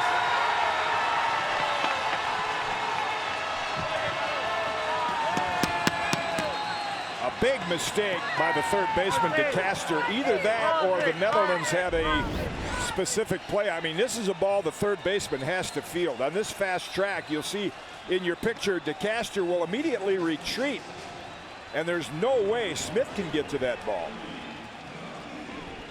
So as good as they've been defensively, they didn't bobble that ball, but they just misplayed it in terms of retreating to third base and not charging and getting the ball, getting the sure out at first base. And now this lead by the Netherlands in some danger right now with Hanley Ramirez up. The base is loaded and nobody out. Bottom of the fifth. Ramirez hit one to the track in left field in the third, and he is facing the lefty. 0-1.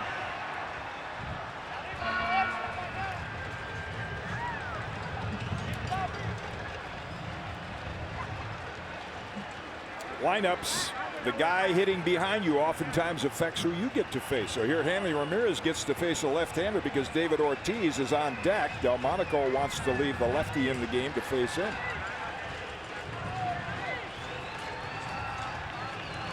Good speed on the bases for the Dominican. Ramirez lost his bat and is behind in the count 0-2.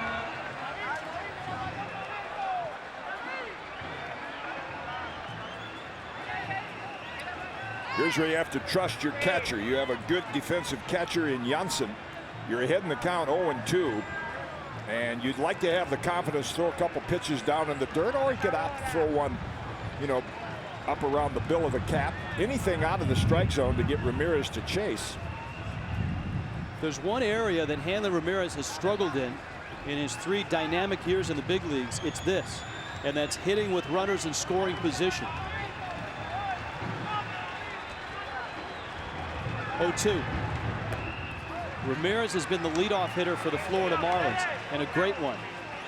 But this year, his manager, Freddie Gonzalez, is moving him to the 3 spot to be a run producer.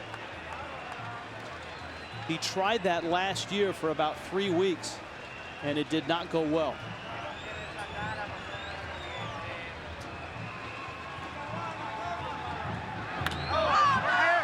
In the air, right field, not too deep. King sailed over, makes the catch. Olivo's coming. Here's the throw to the plate. He'll score. Tavares moves up. Cano is still at first. And it's a 1-run game. Good read by Olivo. Kingsale having to run toward the line as a right-hand thrower. Needs a little extra time to turn his body around. And you mentioned earlier, Olivo, catchers are not known for their speed, and Olivo has some speed. Took advantage of it there.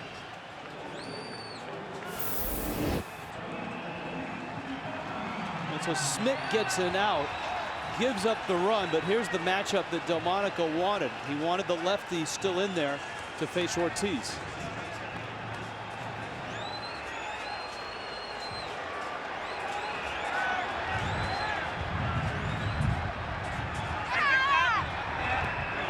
Breaking ball pops away from Janssen, and that'll eliminate the shot at the double play as Cano moves up on a wild pitch. It's a game of mistakes. The Dominican team with some errors early on gave the Netherlands 3 runs, and now here with DeCaster not making the proper play on the bunt, and then the wild pitch allows Cano to move up and take the double play away from the Netherlands, the conventional double play. They're going to walk Ortiz, even though it's lefty on lefty. They got a parking place for him. They're going to take advantage of it and bring Cordemans in to face Tejada.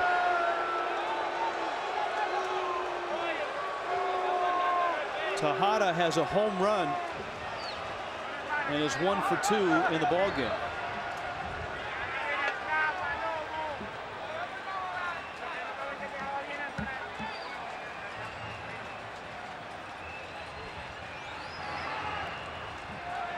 So Ortiz is aboard. Interesting that he allowed, he being Rod Delmonico, Smith to finish the intentional walk. Oftentimes a manager will bring the next pitcher in even though it's an intentional walk, just to allow him to throw a few pitches off the mound and get the feel of the mound.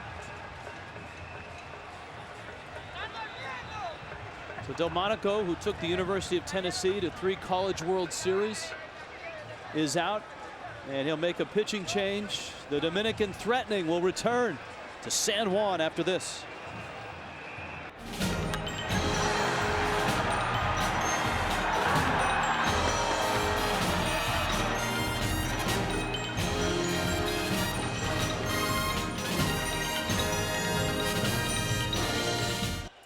That was the swing of Miguel Tejada in the 4th inning that got the Dominican on the board. They have cut this lead down to 1, and here is Tejada with the bags loaded and 1 out in the 5th. And he takes a fastball from a veteran right-hander, Rob Quartermans. 34 years old, and what a year last year in the Netherlands. 9-0. Look at that strikeout to walk ratio. He was the Dutch pitcher of the year for the 5th time in his career. And he gets a strike on Tejada. Tejada's home run, that came in the 4th against Sidney Ponson. Ponson started here in the 5th, got knocked out.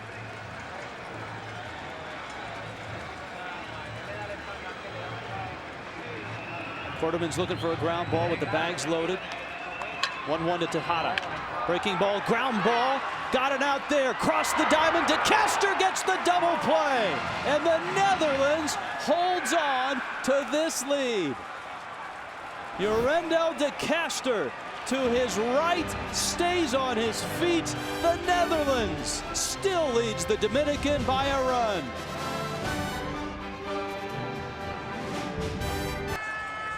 (3-2) ball game. Netherlands on top of the Dominican Republic. This copyrighted telecast presented by the authority of the World Baseball Classic Incorporated may not be reproduced or retransmitted in any form.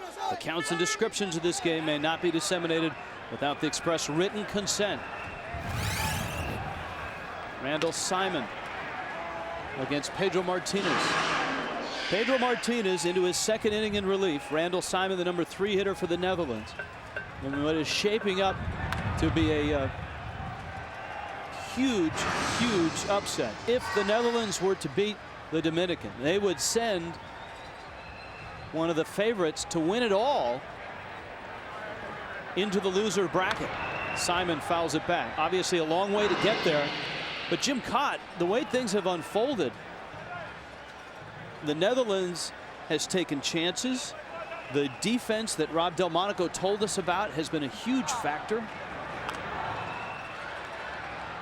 Well, that's been the difference in the game, is the good plays, even though they've made a couple of mental errors, I'd say, but they play better in the field than the Dominican team. Their Dominican team sloppy in the field, and Volquez not sharp early on.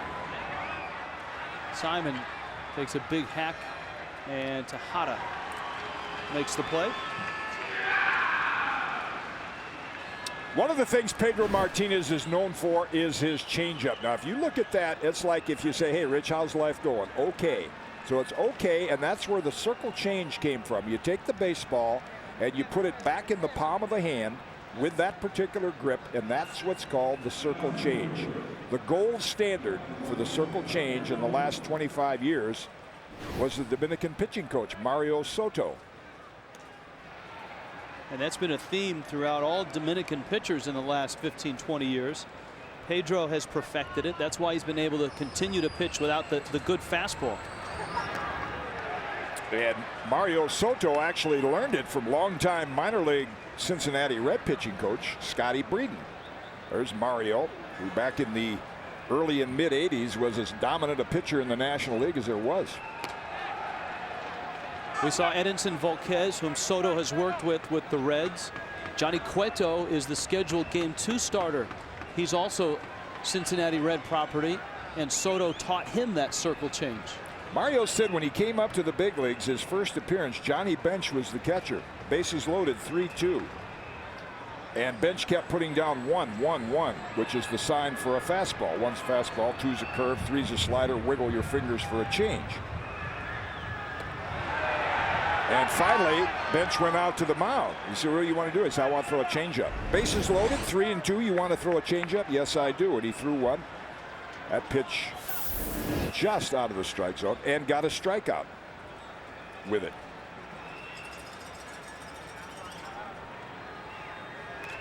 The changeup for years, and it came from the term change of pace.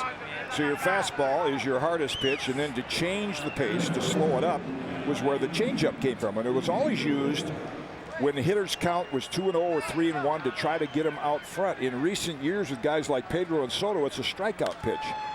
Came in with a fastball, and it's fouled back.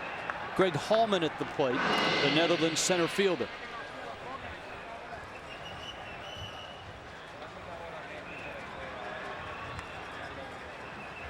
Those numbers down at the bottom are with High Desert, some of the minor league teams in the States, and then they're able to go back to the Netherlands and play in the playoffs in September, which he did.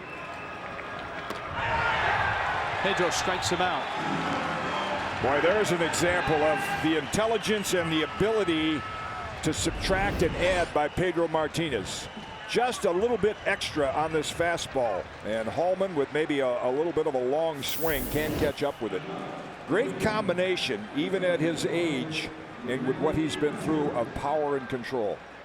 I asked the question about Sidney Ponson in terms of what would a scout be watching for. Same question applies for Pedro Martinez. Well, what you're seeing right now, I don't know what more a scout would want to see with the lack of pitching there is in the major leagues. When you see a guy like this, if he's healthy, you see that look in his eye. And he's got all the pitches, and let's face it, this is showcase time for Pedro, for Ponson. We'll see it tonight with Bernie Williams. And there's the scouts in the stands right there with their radar guns and their charts.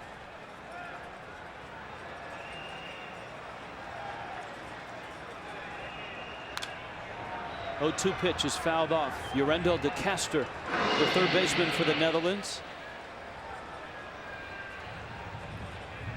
De Castro made that great play and started a 5-3 double play that finished off the Dominicans in the 5th inning.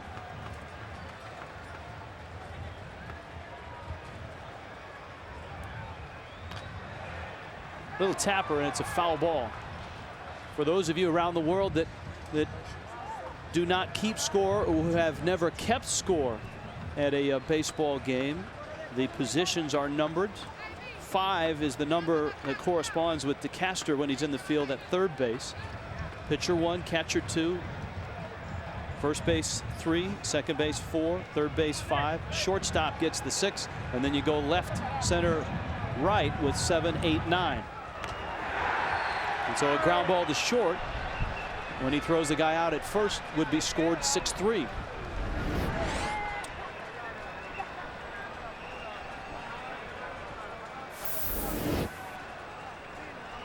Pedro Martinez, his second inning in relief, and he has looked sharp. Yeah, what I see from Pedro is when you see the arm speed, when you watch the arm on the follow through, there's plenty of whip action there, and there's plenty on the ball. Looked like a changeup right there, but what I'm seeing here, I don't think any scout could look at this and say, why can't this guy pitch in the big leagues? Pedro has had discussions with some big league clubs. One of the statements he made last week was he didn't want a Tom Glavine type contract, which was about $1 million guaranteed and then incentives after that. Pedro thought that if he's pitching and is healthy, he would deserve a bigger contract than that. Well, I think a player in Pedro's case, a pitcher or any player with what kind of a career they've had, has got to throw money aside. Say, do you want to pitch? You want an opportunity to pitch? Money ought to be secondary. I think you want to be paid fairly, but if you get out there with Pedro Martinez's intelligence and ability, forget about what kind of contract they give him now and prove that you can pitch. There's going to be more money coming down the road. I think if money is secondary, primary would be a chance to win, a chance to get to the World Series. Dodgers might be a good fit. Dodgers wish they never let him go. Fastball. Oh, Pedro.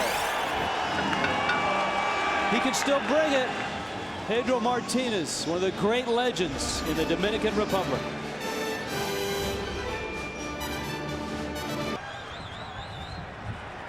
It's a 3-2 ball game. The Netherlands on top of the Dominican. Jose Guillen stands in. Guillen to be followed by Willie Ibar and Nelson Cruz. Rob Quartermans, as veteran a pitcher as the Dutch have, who got a big double play to finish off the 5th, throws one pitch and gets the first out of the 6th. World Baseball Classic in swing all over the place. After this one, we're up to the Rogers Center for the United States versus Canada. Back here for the host team, Puerto Rico against Panama. Can El Caballo lead Panama to an upset over Puerto Rico? And then Italy and Venezuela finishes our day of baseball and our night of baseball here. We're in San Juan, Puerto Rico. Rich Waltz along with Jim Cott in what has been a stunner so far. The Netherlands up by a run in the bottom of the 6th.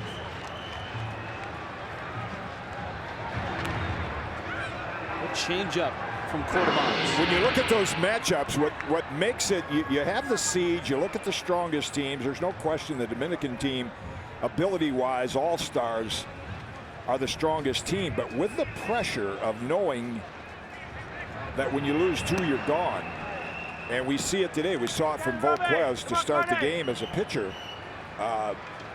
You still have to play the game between the lines, and that's what gives a team like the Netherlands hope. If these teams played 10 games, you'd figure the Dominican's going to win 7 out of 10.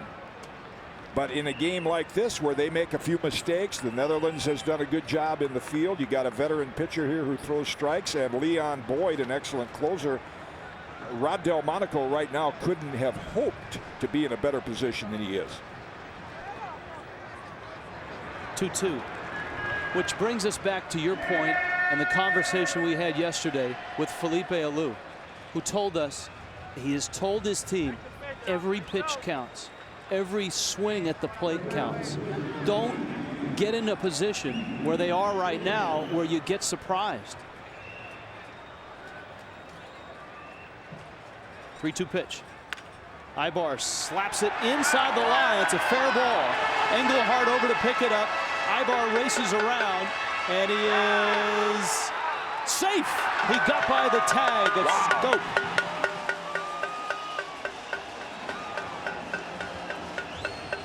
Boy, you talk to the Dominican coaches, they love this guy, Willie Ibar. The way what he brings to a winning team, and that's a subtle example of it right there. He should have been out at second base. Slaps it the opposite way. Excellent play to get over to the line by Engelhardt with a nice pivot, a strong throw. Now right here, the throw is on target, but he avoids the tag of Scope just with an alert slide. Misses the bag, then reaches in with the right hand. And Scope a little on the inside of the bag, could not make the pivot. Line shot to left, and it's caught there by Engelhardt. Nelson Cruz goes after the first pitch. Ibar still at second, and now there's 2 outs.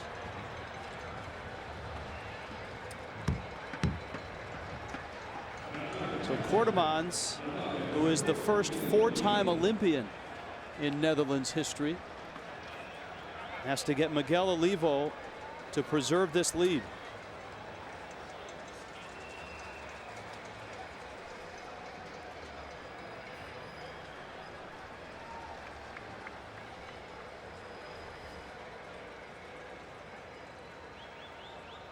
Breaking ball blocked by Janssen.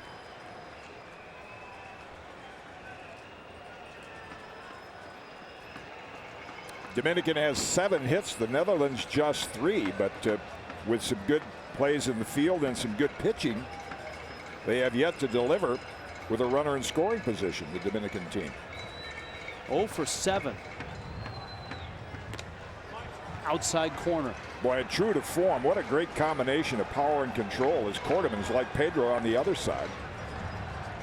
And they'll have no trouble getting 3 or 4 innings out of him with this pitch count limit, because most of the pitches he throws are strikes.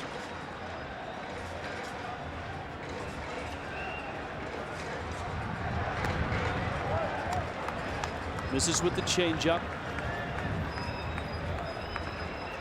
Top of the order, Willie Taveras is on deck. Remember, Felipe Alou has some pretty big bats that he can use as pinch hitters.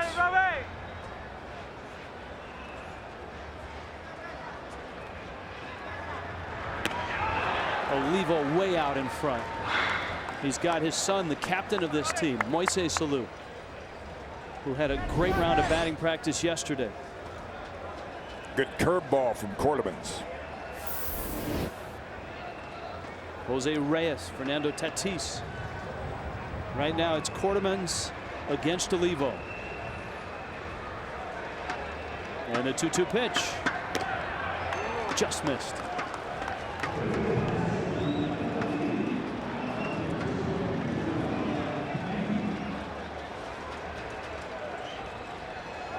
There's the captain.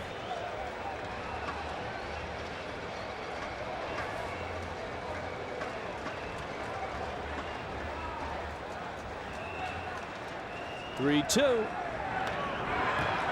Olivo, who, as I told you earlier, is a tough man to walk, went after a high breaking ball. And you can see Cordovans lower his head to the ground. He knew he got by with one there.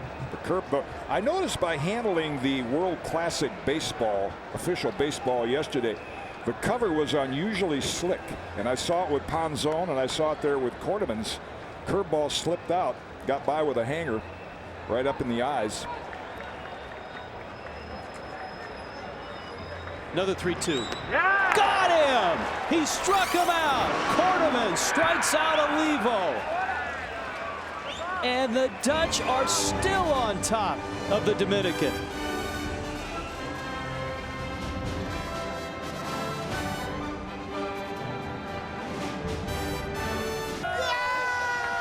Dominican fans have made their way to Puerto Rico, but the Netherlands is on top of their team right now, 3-2. Pedro Martinez, he is third inning in relief, and he has looked sharp. 29 pitches, a pair of strikeouts.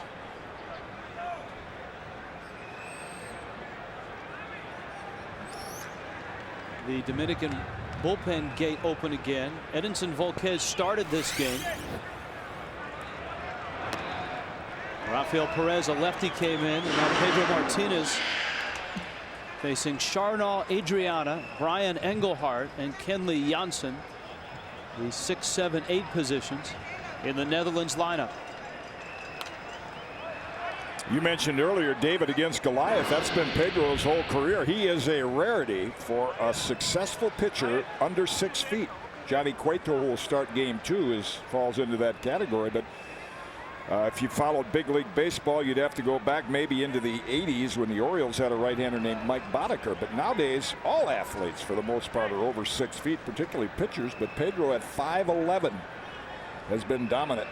0-2 pitch. That's hit hard to center field. Taveras going back. He's there, and he makes the catch.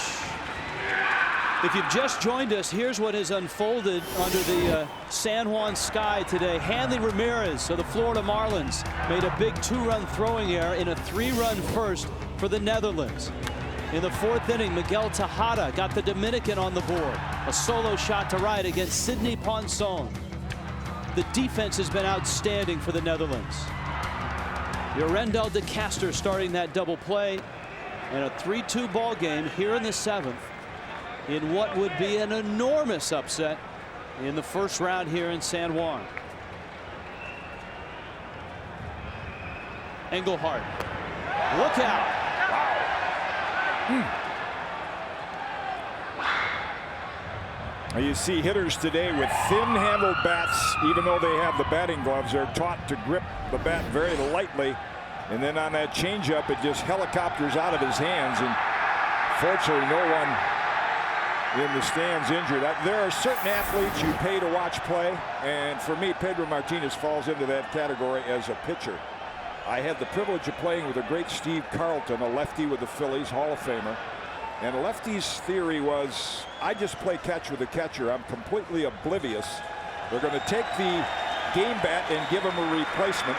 Probably one of, anytime a hitter has a favorite bat, they want that one back, and they'll give the fan a new one.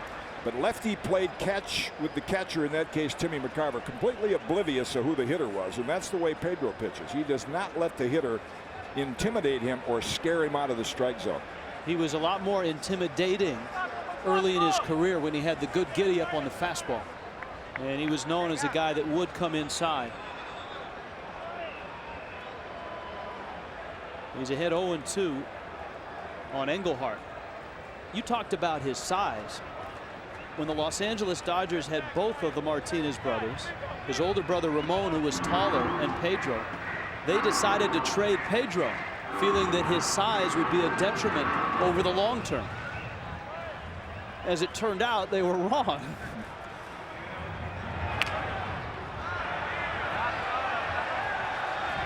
Well, he's going to get a new bat anyway.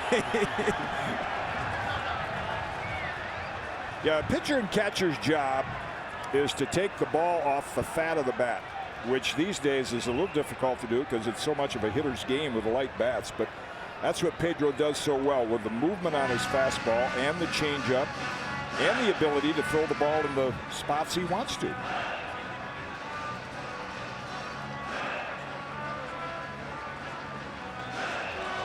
Engelhardt gets another bat and heads back to the plate.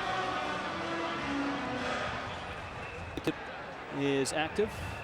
Well, he's got some great arms down there, Felipe Alou. That's Damaso Marte, a left-hander with the New York Yankees. 1-2. Pedro strikes him out. 3 punch-outs for Pedro. Well, let's take a look at his stuff. First, he gets a double play. Ball hit sharply, but right at Tejada. That gets him out of the inning. And then good fastball upstairs, and another one upstairs for a pair of punch-outs. And then, just for good measure, he shows you that Pedro changeup.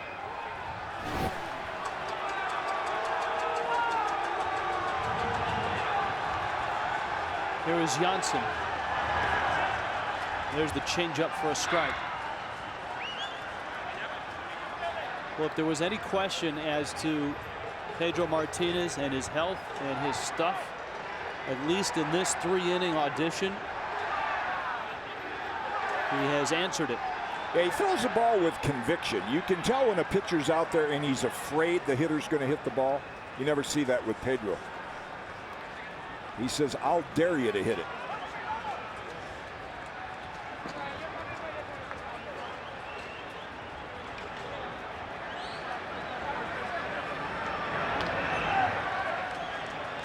Oh, 2. Janssen, the young catcher, has walked and has struck out. The Netherlands, a lineup filled with young minor leaguers and some veteran international players. You mix in a Randall Simon and a Eugene Kingsale, who played in the big leagues. A swing and a miss. Pedro finishes with a flourish. 3 impressive innings from the right-hander Pedro Martinez. Netherlands still on top. 3-2 ball game. The Netherlands on top of the Dominican. This would be an enormous upset if the Netherlands can hold this lead. New left fielder Danny Rombley into the game. Rod Delmonico trying to get his best fielders in there to protect this lead. He takes over for Brian Engelhardt. Rob Kortemans, who is the 3rd pitcher to work for the Netherlands, got out of the 5th, got through the 6th, and is now into the 7th. And he gets the top of the order. Tavares, Cano, Ramirez.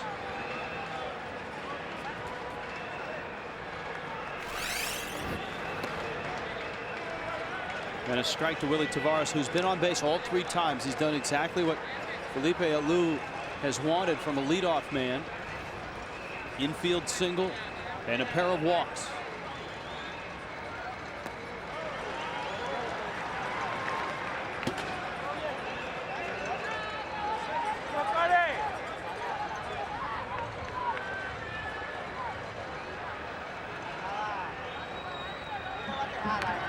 Tavares drops it down. Quarterman's off the mound, bare hands, throws and gets him by a step.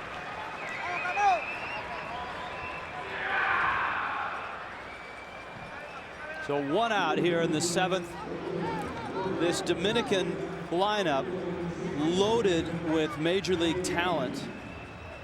And as Jim talked about last inning, they just have not been able to get a hit with a runner in scoring position. Only Tejada with the home run. The other run coming on a Hanley Ramirez sacrifice fly. Here is Cano. And if those of you did not see the numbers on Rob Quarterman's when he came in, unbelievable strikeout walk ratio, almost 9-1, and he is proving that with the job he's done coming in. A lot of times you don't get credited for a save if you get big outs in the middle of the game, but that bases loaded double play, if the Netherlands were to win, that was the game saver. For our audience in the Netherlands, they know this man. Oh yeah, they know what he can do. We told you, Dutch Pitcher of the Year in the professional league there 5 times over, a 4-time Olympian for the Netherlands. And that reminds us that our coverage going worldwide, and we would be amiss if we didn't welcome in the men and women serving in the armed forces around the world. Our thanks to what you do. Welcome to San Juan. Welcome to the World Baseball Classic. And welcome to a real stunner here.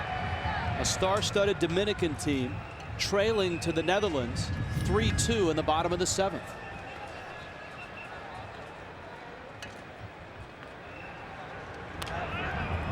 There's that good changeup, and he gets him in the air. Stacia. 2 outs here in the 7th.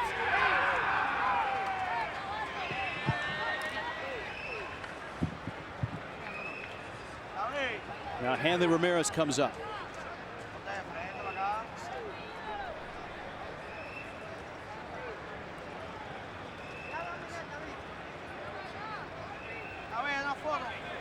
Ramirez delivered a run with that sacrifice fly in the 5th. He has flied out and walked. I guess the question for Rob Delmonico and Bert Blyleven is, how long can you go with Quartermans? Well, the way he's throwing it, what is there, a 50-pitch limit? Shot to right. And a base hit for Hanley. 50-pitch limit for relief pitchers, but he throws so many strikes. Rob Delmonico getting this game in an ideal situation because he'd like to go to Leon Boyd, who is, if you followed big league baseball years ago, Bert Blyleven was a teammate of Kent Tekulve in Pittsburgh. And Tekulve with that underhand, almost submarine slinging motion, that's what Boyd features, and he would be the Netherlands closer if they still have this lead going into the 8th and possibly the 9th. David Ortiz now 0 for 2, couple ground balls to second and an intentional walk. Big Poppy takes a strike. This is the first time that Quartermans has faced Ortiz. He came in to face Tejada, who was on deck.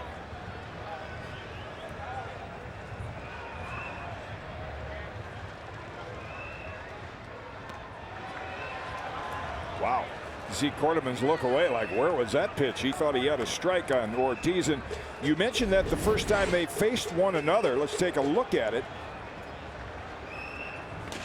Jensen tried to frame it, didn't get the call from Van Over.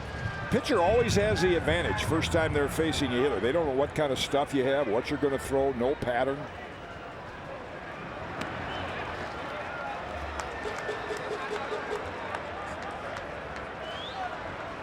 By pattern, I mean hitters like Ortiz. When you see a pitcher time after time, you begin to get tendencies. Do they throw fastballs in certain counts? There you see the exaggerated shift with Scope out in short right field. Ooh, wow. Changeup that didn't miss by much.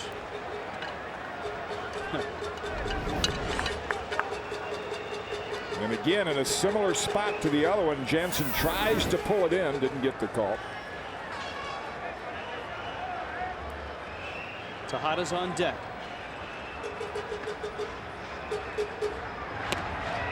That's outside, and he's lost him. So 2 runners are aboard. There are 2 outs. And Tejada, who's had some good at-bats, he's homered. The double play he hit in the 5th against Cordomons was a shot down the third base line. And this was Tejada against Sidney Ponson. Ponson gave the Netherlands 4 innings. Tejada got the Dominican on the board.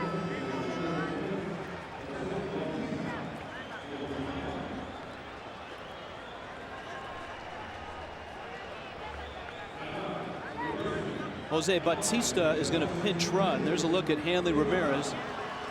And there is Bautista. So Bautista runs for Ortiz.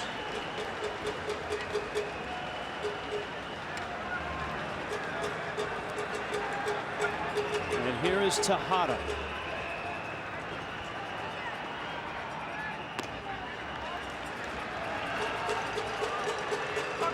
We mentioned Cordoman's excellent control, and that gives you an idea of the respect they have for David Ortiz. They were not going to give him anything middle of the plate in, give him a chance to pull. So that was as close to an intentional walk unintentionally as you'll see.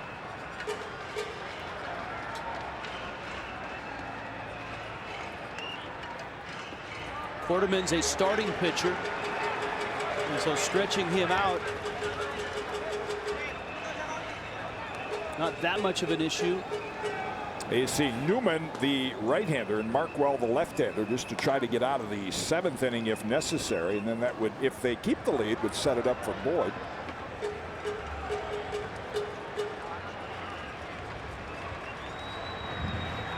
Two 2-0 to a dangerous hitter.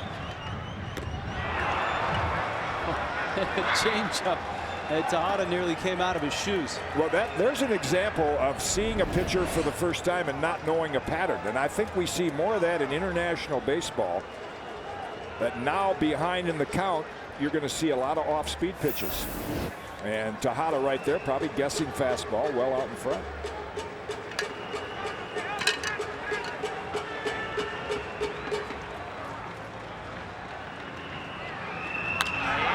Tried to right center. Hallman is there and makes the catch. And Cordomons pitches out of trouble in the 7th. And the Netherlands is still on top here in San Juan. The Netherlands, huge underdogs, have held the lead throughout this game, and into the 8th inning, a 3-2 lead over the powerful Dominican Republic. Pedro Martinez went 3 impressive innings. Damaso Marte is the 3rd out of the bullpen for the Dominican.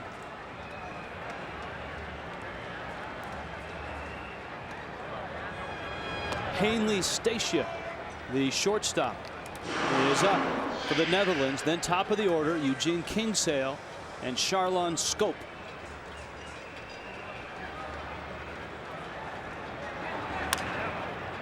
Little ground ball. Tejada has it and gets the out.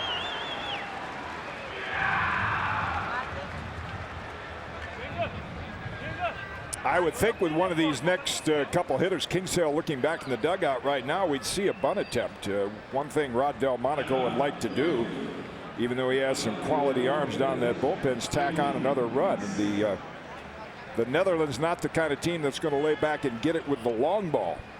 A bunt, a stolen base, another single is the way they produce their runs. Kingsale has done it with the short ball. Infield single and a bunt single. He's 2 for 3.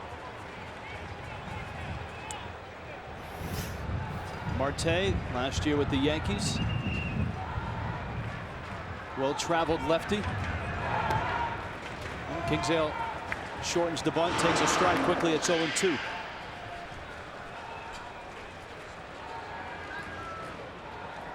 Yeah, if they have the lead, Marte is one of those arms Felipe Alou has coming out of that bullpen late that are tough to score against.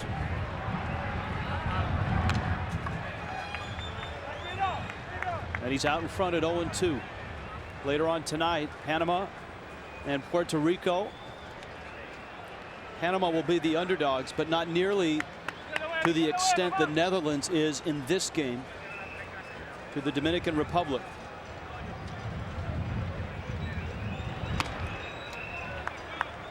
And again, we mentioned this early in the telecast. No swing, says the first place umpire. Is to put this in perspective, this is like a double-A team, a team of young prospects trying to beat a Major League All-Star team, and so far they're doing it. That's a smash that's foul. And an example of not always the things that you know, the runs that you knock in, but the mistakes. The Netherlands has taken advantage of some fielding miscues early in the game. Volquez, the starter, was not sharp, gave him a lot of base runners, and the Netherlands has made some good plays in the field and got excellent relief pitching. And you know, that almost follows the script that Rob Delmonico, the Netherlands manager, and Bert Blyleven, the pitching coach, gave to us yesterday, to say, if we're going to win, here's how we're going to have to do it. We got to scratch out some runs, be aggressive, play well defensively. Chopper to short. Hanley Ramirez gets the out. Marte gets the first 2 outs of the 8th inning. Up and down the Netherlands lineup. Not any real big hits. Kingsale has a couple with the bunt and the infield hit. The 2-run error by Hanley Ramirez is one of the big plays in this ball game. And so scratching out runs is exactly what the Netherlands has done.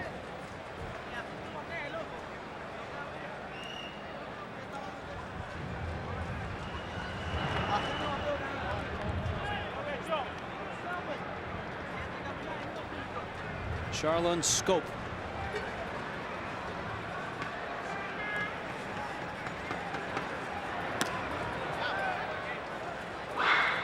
Scope with a big swing and a miss.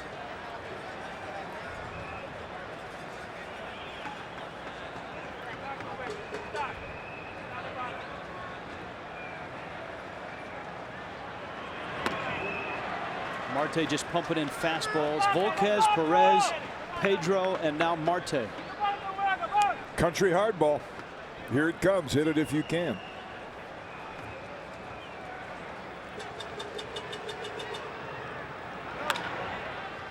Another ground ball to Hanley Ramirez, who makes the play. Marte goes 1-2-3 through the Netherlands in the 8th. Bottom of the 8th coming up. Dominican down a run. All of 19 years old, Dennis Newman comes into this ball game for the Netherlands, trying to hold on to a 1-run lead over the powerhouse that is the Dominican Republic. Jose Guillen leads it off, and Newman nearly hits him with a breaking ball.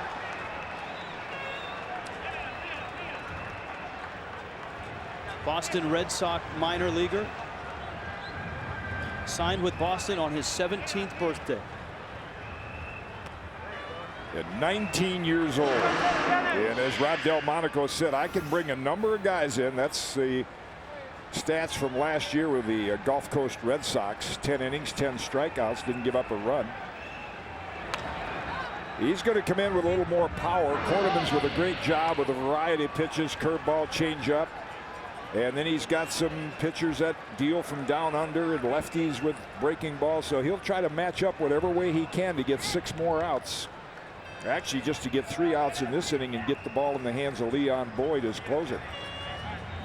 1-2, and the fastball misses up.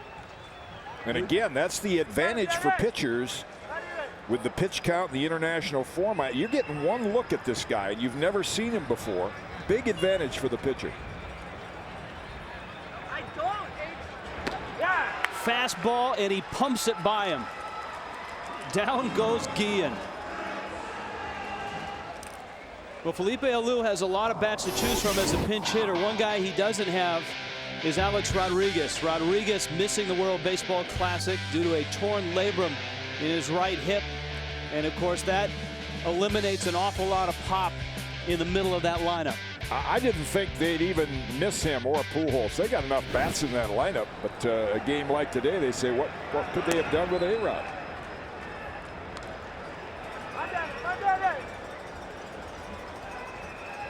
Willie Ibar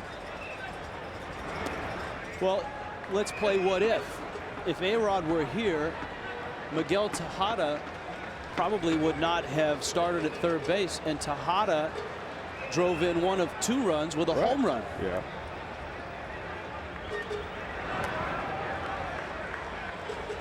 Interesting to see here. Felipe Alou gave Hanley Ramirez the green light on 3-0 earlier, and I think that's the reason Janssen out to the mound right now. Hey, it's 3-0, but this guy's apt to be swinging.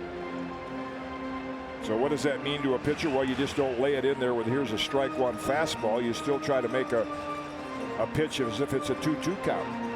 Ibar in the lineup for his defense, better defensively at first than Big Papi, and he's responded by going 2 for 3. Good fastball. It's 3-1.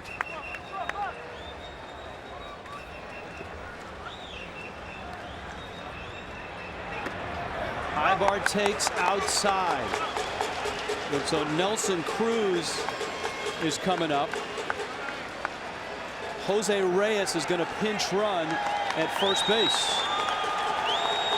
We got one of the premier base stealers now in all of Major League Baseball at first base, and he is the potential tying run here in the bottom of the 8th. 290 career stolen bases. Now, you don't often talk about a matchup like this that you're looking forward to. You're saying, I want to see David Ortiz against like a top closer like Mariano Rivera, but we have talked about Kenley Jansen and his ability to throw. The Netherlands catcher, apt to be tested right here. The question is the ability for Dennis Newman to keep Reyes close at first. And he misses outside to Nelson Cruz, who is 1 for 3.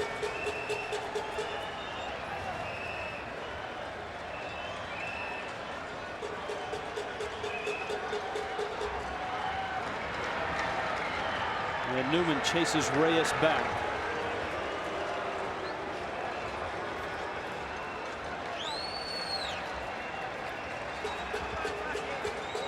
See, with the artificial surface here in that cutout, you get an idea whether he's got a base stealer's lead. He bluffs. Yeah, Newman right now at 19, you can see the inexperience. He is so concerned about Reyes. Bert Blyleven is going to come out to talk to him that he's lost his concentration on the guy that can do the most damage, and that's the guy with a bat in his hand. But I think what Bert is going to say, hey, the guy's on first base. You still have to get the hitter. He's the guy that can knock in 2 runs. Blyleven, a broadcaster for the Minnesota Twins, one of 2 teams in which he won a World Series ring. Won it as a Pittsburgh Pirate and as a Twin.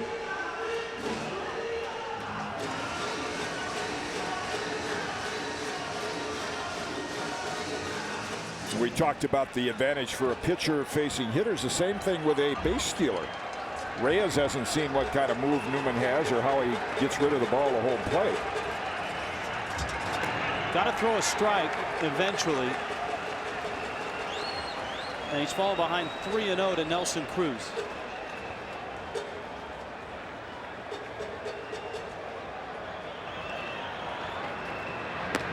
There's the strike.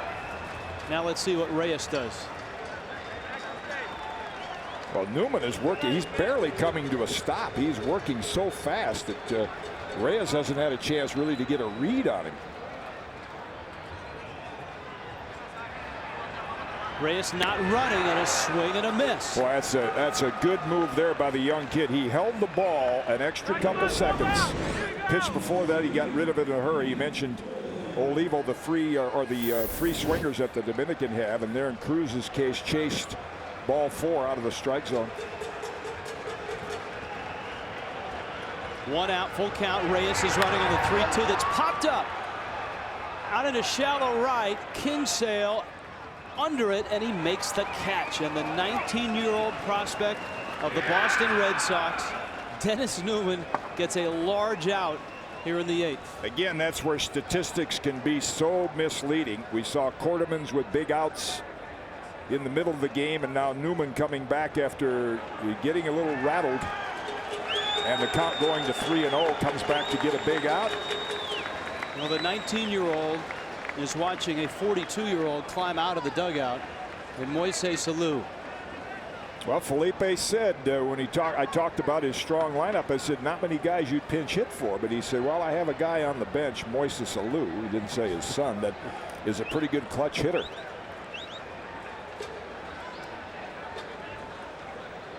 And I would expect sometime during this at-bat we would see Reyes try to steal second base. Talked to Moises Alou a couple days ago in spring training up in Florida about if he would like to continue his career in the big leagues. And he said, you know what, not right now. He doesn't feel that he's 100% health-wise. He wants to play in the Classic. But he said the phone has been ringing.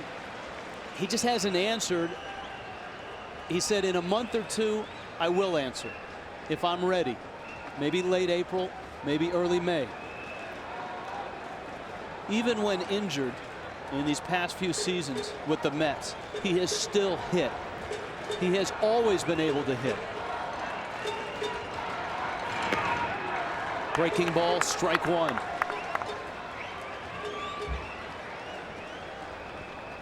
One of the oldest players in the Classic is at the plate.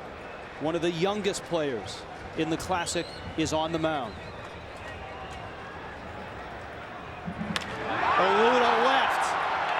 Rombley there, and he makes the catch, and the kid gets Moises Alou out, and the Netherlands are 3 outs away from an enormous upset here in San Juan. Ninth inning has arrived, and the Netherlands still on top, and still another great arm comes out of the Dominican bullpen. An electric right-hander, Carlos Marmol. All you have to do is look at the strikeouts, 114 in 87 innings, give you an idea of the power stuff he has. Randall Simon leads it off for the Netherlands. Marmol was a dominant reliever last year in the 8th inning, and at times closing for Lou Piniella and the Cubs.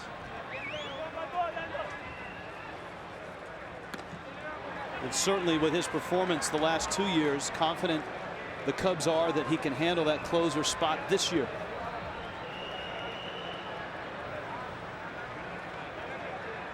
Simon, the big bat in the Netherlands order, has been quiet. He's 0 for 3.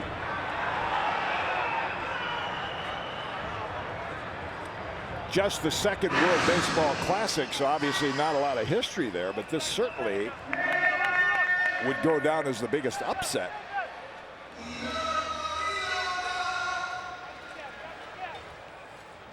Well, this might go down as the biggest win in Netherlands history, maybe outside of winning the Little League World Series when Curaçao did it in 2004. Oh, Simon caught a Marmol fastball right on the elbow. And the Netherlands has a base runner here in the 9th. Ouch. With the pinch hitters, Moises Alou has Alberto Castillo behind the plate.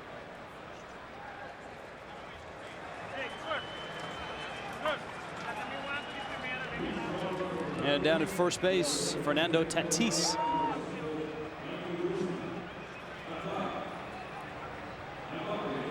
Randall Simon leaves the ball game, and the Netherlands will pinch run for him.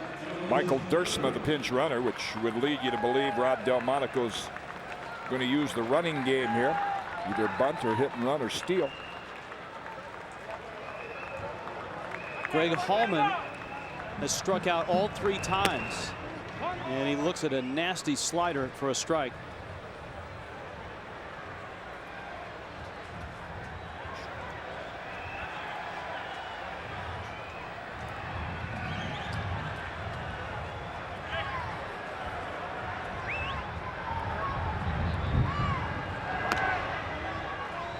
A strike.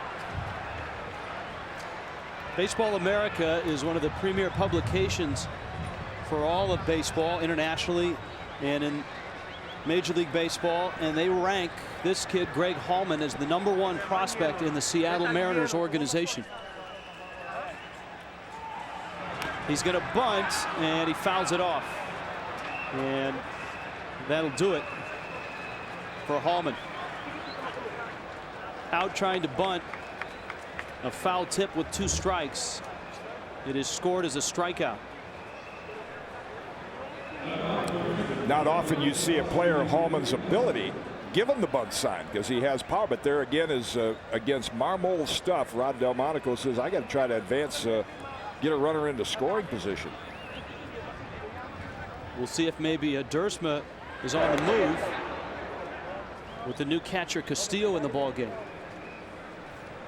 Well, that's what the Netherlands hope for, to see Leon Boyd come into the game with at least a 1-run lead. That Kent Tekulve type motion.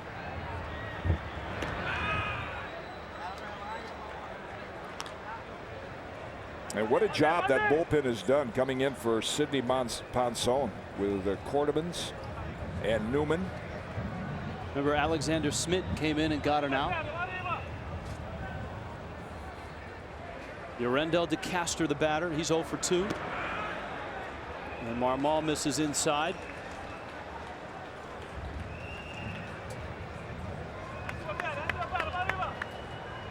Carlos Marmol's ERAs the last 2 years impressive. In 2007, 1.43 out of the Cubs pen, 2.68 last year. And he blows a fastball by the third baseman. Yeah, tough to hit and run with a guy that's hard to make contact with that kind of power. And Dursma does not have a base. He doesn't have even 1 foot out on the turf at first base. He's running, swing and a miss. He stops, and he's caught in a rundown. Tatis will run him back. Ramirez, he is called out, or did he make contact? Is it interference? If he ran into one of the fielders who didn't have the ball, it's defensive interference, and he's awarded second base. Eric Cooper, second base umpire, right on the call. And he's explaining to Ramirez and Cano what happened. Felipe Alou will come out to take up the argument. Cooper is a major league umpire. And without the ball, those of you not familiar with that rule, you get caught in a rundown. And as a fielder, if you make contact with the runner without the ball, he's awarded second base. And that's obviously what Eric Cooper will get a look at it right here. There, Cano is running him back. And then right there, Dursma. Now let's watch Ramirez in your picture. He's going back and runs into Tatis. Great job by Dursma. He was looking for Tatis. And a great job by our camera crew to pick up that shot. Heady play by Dursma, almost an intentional move that he got by with. Sees his only chance out of this is run into Tatis, and that's exactly what he did. Good shot, guys. And Ramirez has taken up the argument, say, hey, look what he did.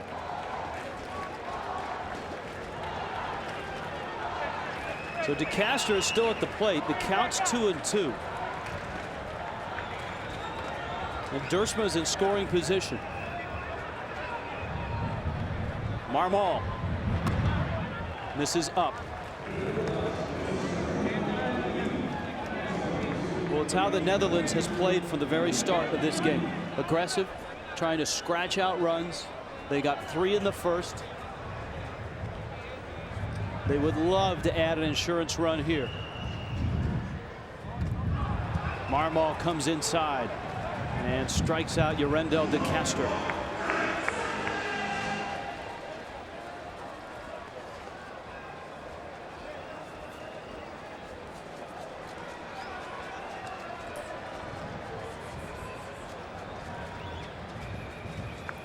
Charnal Adriana now. Adriana, the veteran out of Curacao, never got to the big leagues, came close a couple times, spent last year in the Mexican League. Well, you're right about the electric stuff from Marmol. Looking ahead to the bottom of the 9th, the Dominican team will have just what they want. They've got Taveras leading off, give him a little speed to get that tying run on. And if you're facing a sinker ball sidearm submariner like Boyd, that's exactly what you'd probably try to do, is drop down a bunt. They're a little, there you see Leon Boyd 3 outs away from a major upset, maybe the biggest in the short history of the World Baseball Classic.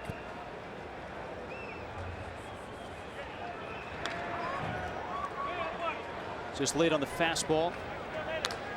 Adriano has lined out, bounced out, reached on an error.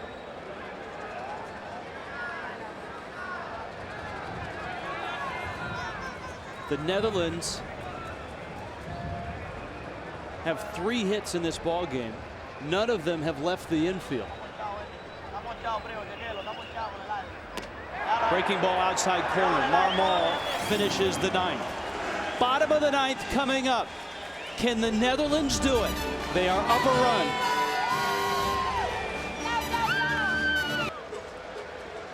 run. Leon Boyd is the closer for the Netherlands.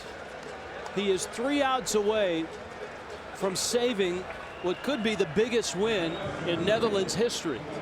And he's pitching for the Netherlands because if one of your parents or grandparents happens to be born there, you qualify. Leon, actually from Canada, went to school at Seminole JC in Oklahoma, but his mother was born in Holland, and as a result he pitches for the Netherlands and again developed that Kent Tekulve, not quite underhand as much, but a sidearm angle, which will be tough for these right-hand hitters. At first and third, very close to the line and shallow. They're looking for a bunt. Top of the order for the Dominican: Willie Tavares, Robinson Cano, and Hanley Ramirez. Boyd uncorks a fastball, strike 1. Tavares has been on base 3 times, a couple walks and a single. Boyd was on a Canadian team that traveled to the Netherlands. They saw him. They knew that he had parents of Dutch descent and invited him to play over there. And he's had success. He threw a no-hitter last year in the Dutch League.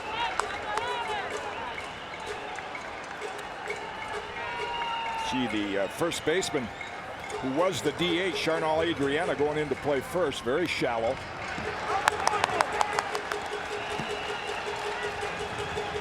Three and 1. That means that the Netherlands has lost the designated hitter, and the pitcher must now hit just in case. Van Kampen, the right-hander in the Netherlands bullpen. That's in. He lost him. And Tavares is a great base stealer. Wow. Not often you see good closers come in, issue leadoff walks. I think a bit of the pressure of the situation. Now a decision for Felipe Alou. You're going to bunt with Robinson Cano. David Ortiz is out of the game. They pinch ran for Ortiz, so Big Papi not the DH anymore. That will allow them to walk Hanley Ramirez with first base open should they bunt the runner over. And of course you've got Tavares, who was such a great base stealer, now with the Reds. Stole a lot of bases with the Rockies. Yeah, you'd hate to give up Cano's bat being a left-hand hitter against a sidearm and right-hander. A much better look for a left-hand hitter. Boyd with a quick move over. Alfredo Griffin, the first base coach. One thing new this year, base coaches are required to wear batting helmets, something that Major League Baseball instituted last year after the tragic death of a first base coach in the Texas Rangers organization, Mike Coolbaugh. And so that rule adapted here in the World Baseball Classic. Good lead by Tavares. Boyd throws a strike.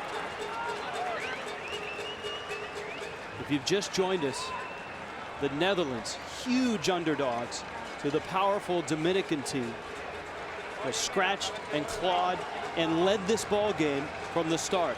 Rob Delmonico, their manager, Bert Blyleven, their pitching coach, have nursed this lead for 9 innings. There goes the runner. Ground ball. Scope has it. On to first. 1 out. Tavares had a good jump. He's now in scoring position. Here comes Hanley Ramirez, and we'll see how the Dutch play this. On the run, ball hit right to the second baseman. Scope only play is to get Cano. And again, now with pinch running for Big Papi, gives you a lot more options if you're Rod Delmonico. Hanley Ramirez, a proven 300 hitter, first base open. Batista, who has yet to have an at-bat in the on-deck circle.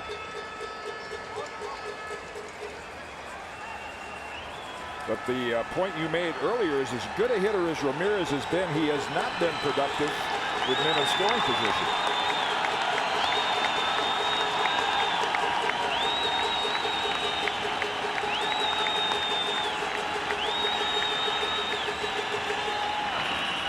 Boyd misses outside. He has the luxury of trying to pick at the corner with first base open. It is Jose Bautista who is on deck.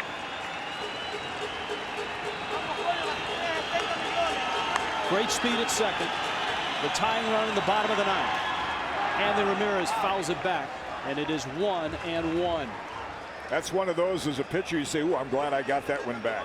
Breaking ball right up in Ramirez's zone. What you're looking at right now with Leon Boyd, do you want to face Ramirez or Tejada?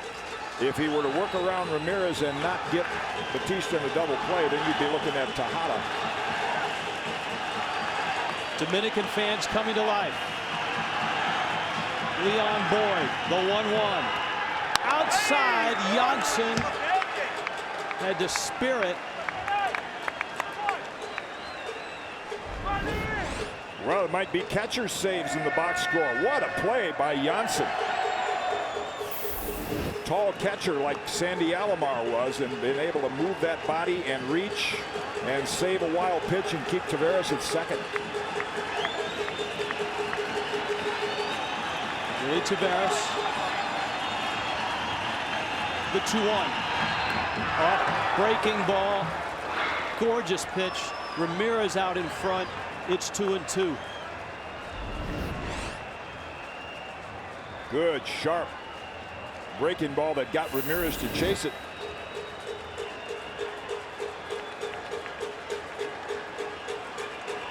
Leon Boyd, the Dutch closer. 2-2. Runner goes outside. Janssen's throw. He is out at third base. Wow. Kenley Janssen, the youngster, guns down Taveras. And the Netherlands now a strike away. They're finding out about this kid's throwing arm, and I don't know about that play. You're down 1 run with Ramirez and the reputation of a catcher that can throw like that. Bad base running play. You're only stealing third base with 1 out if you can make it standing up. If you can't, it's a bad play, and that's a bad one. A bad decision. And a great throw by Janssen. I'm sure they had enough scouting reports ahead of time to know that this kid could throw, and he showed you right there. Full count to Hanley Ramirez. Boyd, breaking ball, just misses.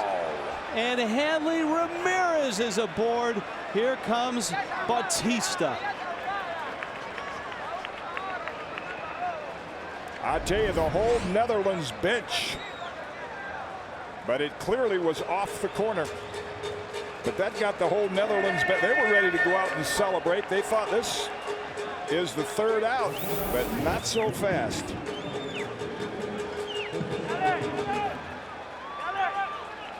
Felipe Alou pinned ran for David Ortiz in the 7th inning.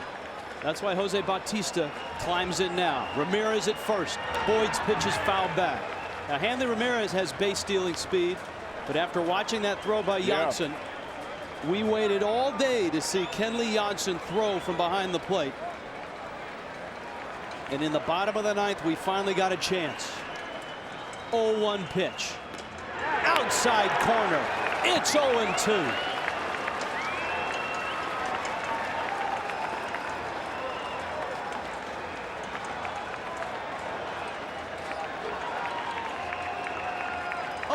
Pitch. Misses outside. It is 1-2. The World Baseball Classic opening in San Juan. This was to be an easy afternoon for the Dominican Republic. Hanley Ramirez runs, breaking ball, strike three called, it's over! The Netherlands beats the Dominican! How about that? Leon Boyd closes it. Maybe the biggest win in the history of baseball for the Netherlands. They beat a star-studded Dominican team.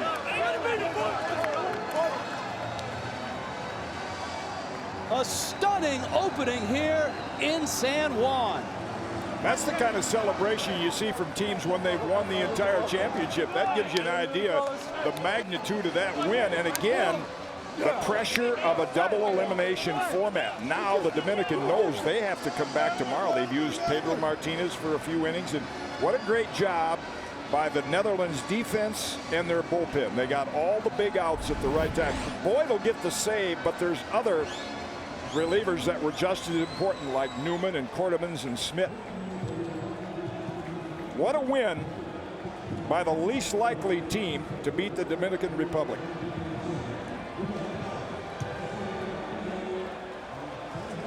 Sidney Ponson started. Leon Boyd finished.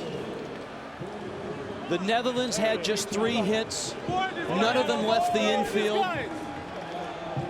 And they beat the Dominican Republic. Rod Delmonico told us yesterday, for David to beat Goliath, they would have to scratch out runs. They would have to play great defense, and they would have to get great bullpen work.